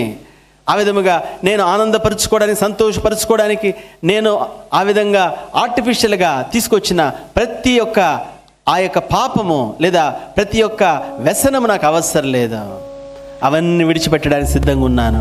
ఆ త్రాగుడు నాకు అవసరం లేదు, ఆ వ్యభిచారం నాకు అవసరం లేదు, ఆ క్లబ్బులు ఆ విధముగా ఆ యొక్క అలరితో కూడిన ఆటపాటలు, ఆ డ్యాన్సులు, ఆ మత్తు, ఆ విధంగా అదంతా నాకు అవసరం లేదు. నా తండ్రిని నేను కలుసుకుంటాను, నా తండ్రిని నేను ఆనందిస్తాను. నా తండ్రి నాకు సిద్ధపరచబడిన ఆ శ్రేష్టమైన ఆనందము నా కొరకు ఉండగా ఈరోజు యేసు రక్తాన్ని ఆశ్రయిస్తాను. నా తండ్రి నాకు కావాలి, నా తండ్రిని నేను కలుసుకుంటాను. ఈ మధ్యాహ్నం ఎవరైనా సరే ఇక్కడ ఉన్న వారందరూ కళ్ళు మూసుకుని ఒక క్షణము పరిశుద్ధాత్ముడు ఇంతవరకు దైవ ప్రేమ ఏమిటి, ఎలాంటి క్రయాన్ని తన కుమారుడైన యేసులో దైవము మన కొరకు చెల్లించింది, అది అత్యంత విలువైనది. పాపము లేని నరుడు ఎవరు లేరు, కాబట్టి పాపము లేని జన్మ తీసుకోవాల్సి వచ్చింది. అలానే కర్మ పాపము లేని వాడు ఎవడు లేడు, పాపరహితుడుగా జీవించాల్సి వచ్చింది. అలానే పాపము నిమిత్తం అర్పించబడిన వారు ఎవరు లేరు. ఆ విధముగా సర్వలోక మానవ పాప పరిహారార్థమై అర్పించాడు యేసును నీ కొరకు. ఈ మధ్యాహ్నము నాన్న ప్రేమను కాలదనుతావా, తండ్రి ప్రేమను వద్దంటావా, నాకు అవసరం లేదంటావా? తాత్కాలికమైన సుఖ సౌఖ్యాల కోసం, తాత్కాలికమైనవి, అవి నేను తీర్చలేవు, అవి నేను బంధించి వేస్తాయి, అడిక్షన్లో తీసుకువెళ్తాయి, నీ జీవితాన్ని సర్వనాశనం చేసి ఆ పాపంలో మునిగి ఉంటావా? లేదా ఈరోజు నేను బయటకు వస్తాను, నా తండ్రిని నేను కలుసుకుంటాను, నా సమాధానార్థమైన శిక్ష భరించిన యేసు రక్తము ద్వారా తిరిగి తండ్రిని కలుసుకుంటాను అంటే ఇదిగో ఆహ్వానం. ఈరోజే అందరూ కళ్ళు మూసుకునండి. పరిశుద్ధాత్మను మన మధ్య పని చేయుచుండగా, ఆత్మదేవుడు మన మధ్య సంచరించుచూ ఉండగా, ఆత్మదేవుడు నేను తాకుతూ తడుతూ ఉండగా, హృదయమైన తలుపు దగ్గర నేను తడుచూ ఉన్నాను. ఎవడైనను నా స్వరం విని నీ హృదయమైన తలుపు తీస్తే నేను వచ్చి అతనితో నేను, నాతో అతడు, తండ్రి కుమారుడిలాగా, తండ్రి కుమార్తెలాగా, తల్లి బిడ్డలాగా ఆ విధ సహవాసం కలిసి ఉండడానికి పాపం వేరు చేసింది. సైతాను పాపాన్ని ఉపయోగించి నాశనం చేసి మానవ జాతిని సంపూర్ణంగా దేవుని దూరం చేసింది. అయితే తిరిగి అదే దేవుడు యేసు రక్తము ద్వారా సమకూర్చుకుంటూ ఈ మధ్యాహ్నం నేను నా తండ్రిని కలుసుకుంటాను, తిరిగి ఆ ప్రభు నాకు కావాలి అని వారెవరినుంటే చేయి చూపించండి, నేను మీకోసం ప్రార్థన చేస్తాను. ఆ విధముగా ఈ మధ్యాహ్నం ఎవరైనా సరే అమ్మ ప్రభుని దీవించును గాక, సోదరి ఈ మధ్యాహ్నము నీ తీర్మానము ప్రభు అంగీకరించును గాక, సహోదరి ప్రభు నీ తీర్మానం అంగీకరించును గాక, సహోదరి నీ తీర్మానం ప్రభు అంగీకరించును గాక, సహోదరి ప్రభు నీ తీర్మానం ఏమైనా బిడ్డ ప్రభు నీ తీర్మానం అంగీకరించును గాక, సహోదరుడా ప్రభు నీ తీర్మానం అంగీకరించును గాక. ఈ మధ్యాహ్నం ప్రభుని తిరిగి కలుసుకుందువు గాక, జీవ గ్రంథములో ఈ రోజే నీ పేరు లిఖించబడును గాక. దైవిక సమాధానం నువ్వు అనుభవించుదువుగా. భూమి మీద మరణిస్తే ఏ తండ్రి దగ్గర నుండి మనం వచ్చామో అదే తండ్రి, ఆ తండ్రి రాజ్యము, మోక్షము, వైకుంఠం బంగారు వీధులతో వైకుంఠముతో నిర్మించబడిన ఆ నిత్యమైన ఆ మహానగరములో, ఆ మహా రాజ్యములో, లోకములో యుగ యుగములు మనం ఉందుముగాక. మన తండ్రి, మీరు ఇచ్చిన శ్రేష్టమైన మాటలు బట్టి స్తోత్రాలు. ఏది విన్నాం అనుభవంగా మార్చు. చేసుకున్న తీర్మానాలను బట్టి వందనాలు అయా. తీర్మానాలు అంగీకరించము. ఆమె జీవగ్రంథంలో పేరు లిఖించము. వారి జీవితకాలము మీ సమాధానం కలిగి జీవించినట్లు, ఒకరోజు యాత్ర ముగిస్తే నిత్య రాజ్యము చేరినట్లు కృపను పాలించమని వందనము చెల్లిస్తూ, పరిశుద్ధాత్మ మీకు వందనము చెల్లిస్తూ యేసు నామమున స్తుతించి ప్రార్థిస్తున్నాము తండ్రి. ఆమేన్.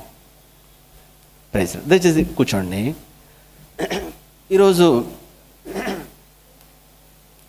ఈరోజు మొదటిసారి ఇక్కడికి వచ్చామని ఎవరు ఉంటే చూపించండి, చేయి చూపించండి.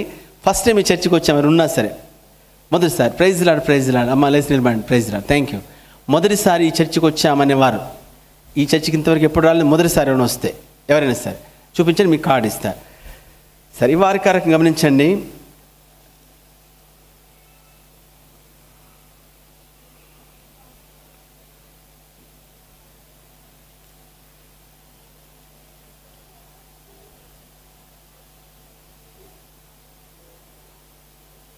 ఈ వారి కార్యక్రమం దయచేసి గమనించవలసిందిగా మనం చేయించిన ప్రతిరోజు జరిగే కార్యక్రమం చదువుతాను, తర్వాత వీక్లీ ప్రోగ్రామ్ చదువుతాను.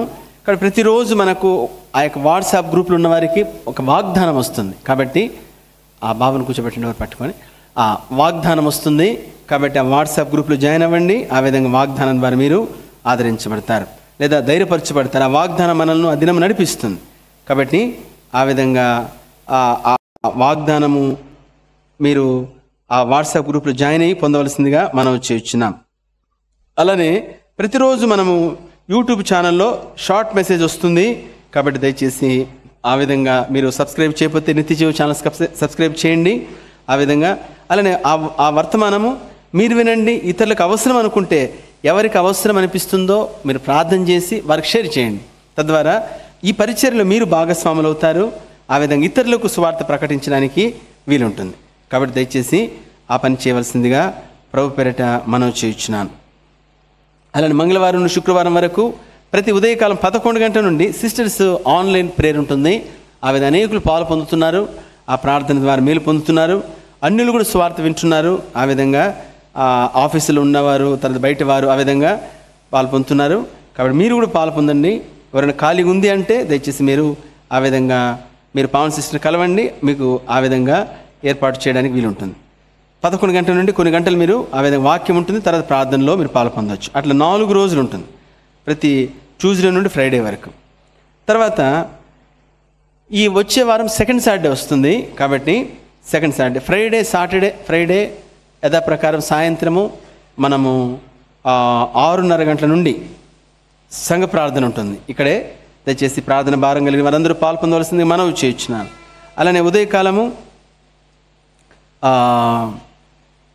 శనివారం సెకండ్ సాటర్డే కాబట్టి మనం 10 గంటల నుండి 2 గంటల వరకు ఉపవాస ప్రార్థన చేస్తాం. గమనించండి, శనివారము ఉదయకాలము 10 గంటల నుండి 2 గంటల ఉపవాస ప్రార్థన అయిన తర్వాత ఇక్కడ భోజనం ఉంటుంది. కాబట్టి నెలకు ఒకసారి ఈ ఉపవాస ప్రార్థన సంఘంలో ఉంటుంది. కాబట్టి దయచేసి ప్రార్థన భారం కలిగిన వారందరూ అవి సంఘం అంతా వచ్చి ప్రార్థనలో పాలు పొందడం శ్రేయస్కరం. కాబట్టి సాధ్యమైనంత వరకు సెకండ్ సాటర్డే హాలిడే ఉంటుంది కాబట్టి ఎంప్లాయీస్ కూడా సాధ్యమైనంత వరకు అందరూ రావడానికి ప్రయత్నం చేయండి. మనము కలిసి ప్రార్థన చేయడం ద్వారా సంఘ క్షేమాభివృద్ధి కొరకు మనం ప్రార్థన చేస్తాం. చూడండి, పోయిన వారం చెప్పాను, నూతన ఆత్మలు ఇది ఒకరు రాలేదా? ఓకే, అంటే అంతగా పనిచేస్తుంది అన్నమాట ఏది మనం చెప్పింది.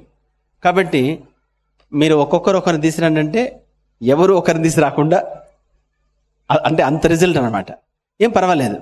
నేను ప్రార్థన నమ్ముకొని వచ్చినాన్ని.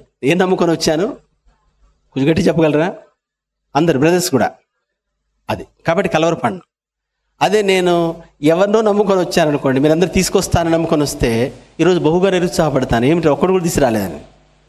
నేను నమ్ముకొని వచ్చింది ప్రార్థన నమ్ముకొని వచ్చాను కాబట్టి నేను నిరుత్సాహపడను. ఎందుకని ప్రార్థన ద్వారా తెప్పిస్తాను తప్ప మామూలుగా తేవడము ఎంత కష్టమో అర్థమవుతుంది. పోయిన వారం ఎంతో చెప్పాను.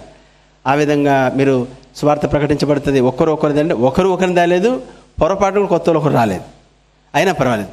గట్టిగా హల్లెలూయా చెప్పండి. మరోసారి ఏం ప్రాబ్లం లేదు. ఎందుకంటే మన ప్రార్థన, నిజమైన ప్రార్థన ప్రార్థనలో పోరాడుతాము, ఇంకా ప్రార్థన పెంచుతాను, ప్రార్థనలో పోరాడుతాను. నూతన ఆత్మల కుటుంబాలు రావడము సంఘమంతా చూస్తుంది. ఎందుకంటే నాకు తెలుసు ఆ ప్రార్థన దేవుడు చేస్తాడని. కాబట్టి ఏం నిరుచాపడేది ఏం లేదు. అయితే పొరపాటునైనా వస్తే బాగుండేది, రాలేదు పర్వాలేదు. అయితే ప్రయత్నం చేయడం మాత్రం మానకుండా మీరు ప్రార్థన చేసి మీరు ప్రయత్నం చేయండి. ఇంకా 6 నెలల సమయం ఉంది కాబట్టి 6 నెలల సమయంలో మళ్ళీ వచ్చే నెలలో కూడా మనం సువార్త ప్రకటిస్తాం. మొదటి వారం బయట వాళ్ళు వస్తే సువార్త ప్రకటించినప్పుడు రక్షణ తీర్మానం చేసుకోవడానికి అవకాశం ఉంటుంది. సువార్త బయట వాళ్ళకి కాబట్టి మనం బయటకు వెళ్తే రాళ్ళు పెట్టి కొడుతున్నాం కాబట్టి ఇక్కడ పెట్టాం. కాబట్టి ప్రార్థన చేసి మీరు కూడా ఆ విధంగా ప్రయత్నం చేస్తే ఆ విధంగా సువార్త ప్రకటించి వారు వినడానికి అవకాశం ఉంటుంది. సరే, తర్వాత శుక్రవారము మనం సాయంత్రం 6:30 నుండి సంఘ ప్రార్థన ఉంటుంది. శనివారం ఉదయకాలము 10 గంటల నుండి మనం ఉపవాస ప్రార్థన ఉంటుంది. కాబట్టి ఆ ఉపవాస ప్రార్థనలో పాల్పొందండి. 2 గంటల వరకు ఉంటుంది. తర్వాత మనము ప్రేమ లేదా భోజన సహవాసం కలిగి ఉంటాం. సాయంత్రం 4 గంటల నుండి 5 గంటల నుండి సిద్ధపాటు పనులు ఉంటాయి. అని వచ్చే ఆదివారం 10 గంటలకు ఆరాధన, 12:30 ముగిస్తాం. సకాలం రండి, సకాలం ముగించడానికి వీలవుతుంది. అలానే మనము ఆత్మీయులుగా, మనం దేవుని ఎరిగిన వారుగా ఆ విధంగా ఇక్కడ అనేకులు ఆత్మీయులు ఉన్నారు, ప్రార్థనా పరులు ఉన్నారు, అలానే ప్రభు కోసం ప్రయాసపడేవారు ఉన్నారు. వారందరి బట్టి ప్రభువును మహిమపరుస్తున్నాను. అయితే మనము సంఘంలో అయిన వెంటనే ఒక్క 5 నిమిషాలు మీరు వెచ్చించి జస్ట్ మీ పక్కన వాళ్ళనైనా కలిసి మాట్లాడండి. అంటే ప్రైజ్ లార్డ్ చెప్పండి, ఎక్కడి నుండి వచ్చారు, ఎలా ఉన్నారు, ఒక మాట 2 మాటలు. అలానే తర్వాత వ్యాపారాల గురించో లేకపోతే చిట్ల గురించో అలా కాకుండా బ్రదర్స్, అలానే ప్లాట్లు రియల్ ఎస్టేట్ గురించి కాకుండా, అలానే సిస్టర్స్ చీరలు డిజైన్లు ఎంబ్రాయిడింగ్ గురించి కాకుండా, నేను అనేది ఏంటంటే ఇంకొక రకమైనది ఉంది అని చెప్తున్నాను అనమాట. ఇది మనం బాగా మాట్లాడగలం, 5 నిమిషాలు ఏమిటి 5 గంటలు మాట్లాడగలం, అనర్గలం. ఆ భాష కాకుండా ఇంకొకటి. కాబట్టి నేను మాట్లాడడం అంటే అక్కడ స్టార్ట్ చేసి ఇక రియల్ ఎస్టేట్ గురించి ఈ ప్లాట్ ఇంత, ఆ ప్లాట్ ఇంత, ఈ చిట్టు అక్కడ అదంతా, లేదా ఆ రాజకీయాలు ఆయన ఇంత, అది కాదు. ఇది ఆత్మీయ లోకము. అది స్టాప్ చేసి ఇక్కడ ఇంకొకటి అనమాట. అట్లనే చీరలు 1+1 స్కీమ్ మీకు తెలీదా, కొత్తగా షోరూమ్ ఓపెన్ చేశారు, అక్కడ భలే ఉన్నాయి డిజైన్స్ అని. అయిపోయిన వెంటనే ఒకటి పట్టుకుని, అమ్మ ఎక్కడి నుండి వచ్చిన చీర ఇంత బాగుంది, ఇలా మెరిసిపోతుందంటే, ఇంకా నీకు తెలీదాక స్కీమ్ వచ్చింది, ఊరంతా కొనుక్కున్నా, నీకు ఇంకా తెలీదా అని. అది కాకుండా వేరేది ఆత్మ సంబంధమైన విషయాలు, దేవుని వాక్యం ద్వారా ఏమైనా దేవుడు మాట్లాడా, అలానే వారంలో ఆత్మీయ జీవితం ఎలా ఉంటుంది, ప్రార్థనకి ఎంత సమయం ఇస్తున్నావు, వాక్యానికి ఎంత సమయం ఇస్తున్నావు, దేవునితో ఎంత సమయం గడుపుతున్నావు, అలానే విజయవంతమైన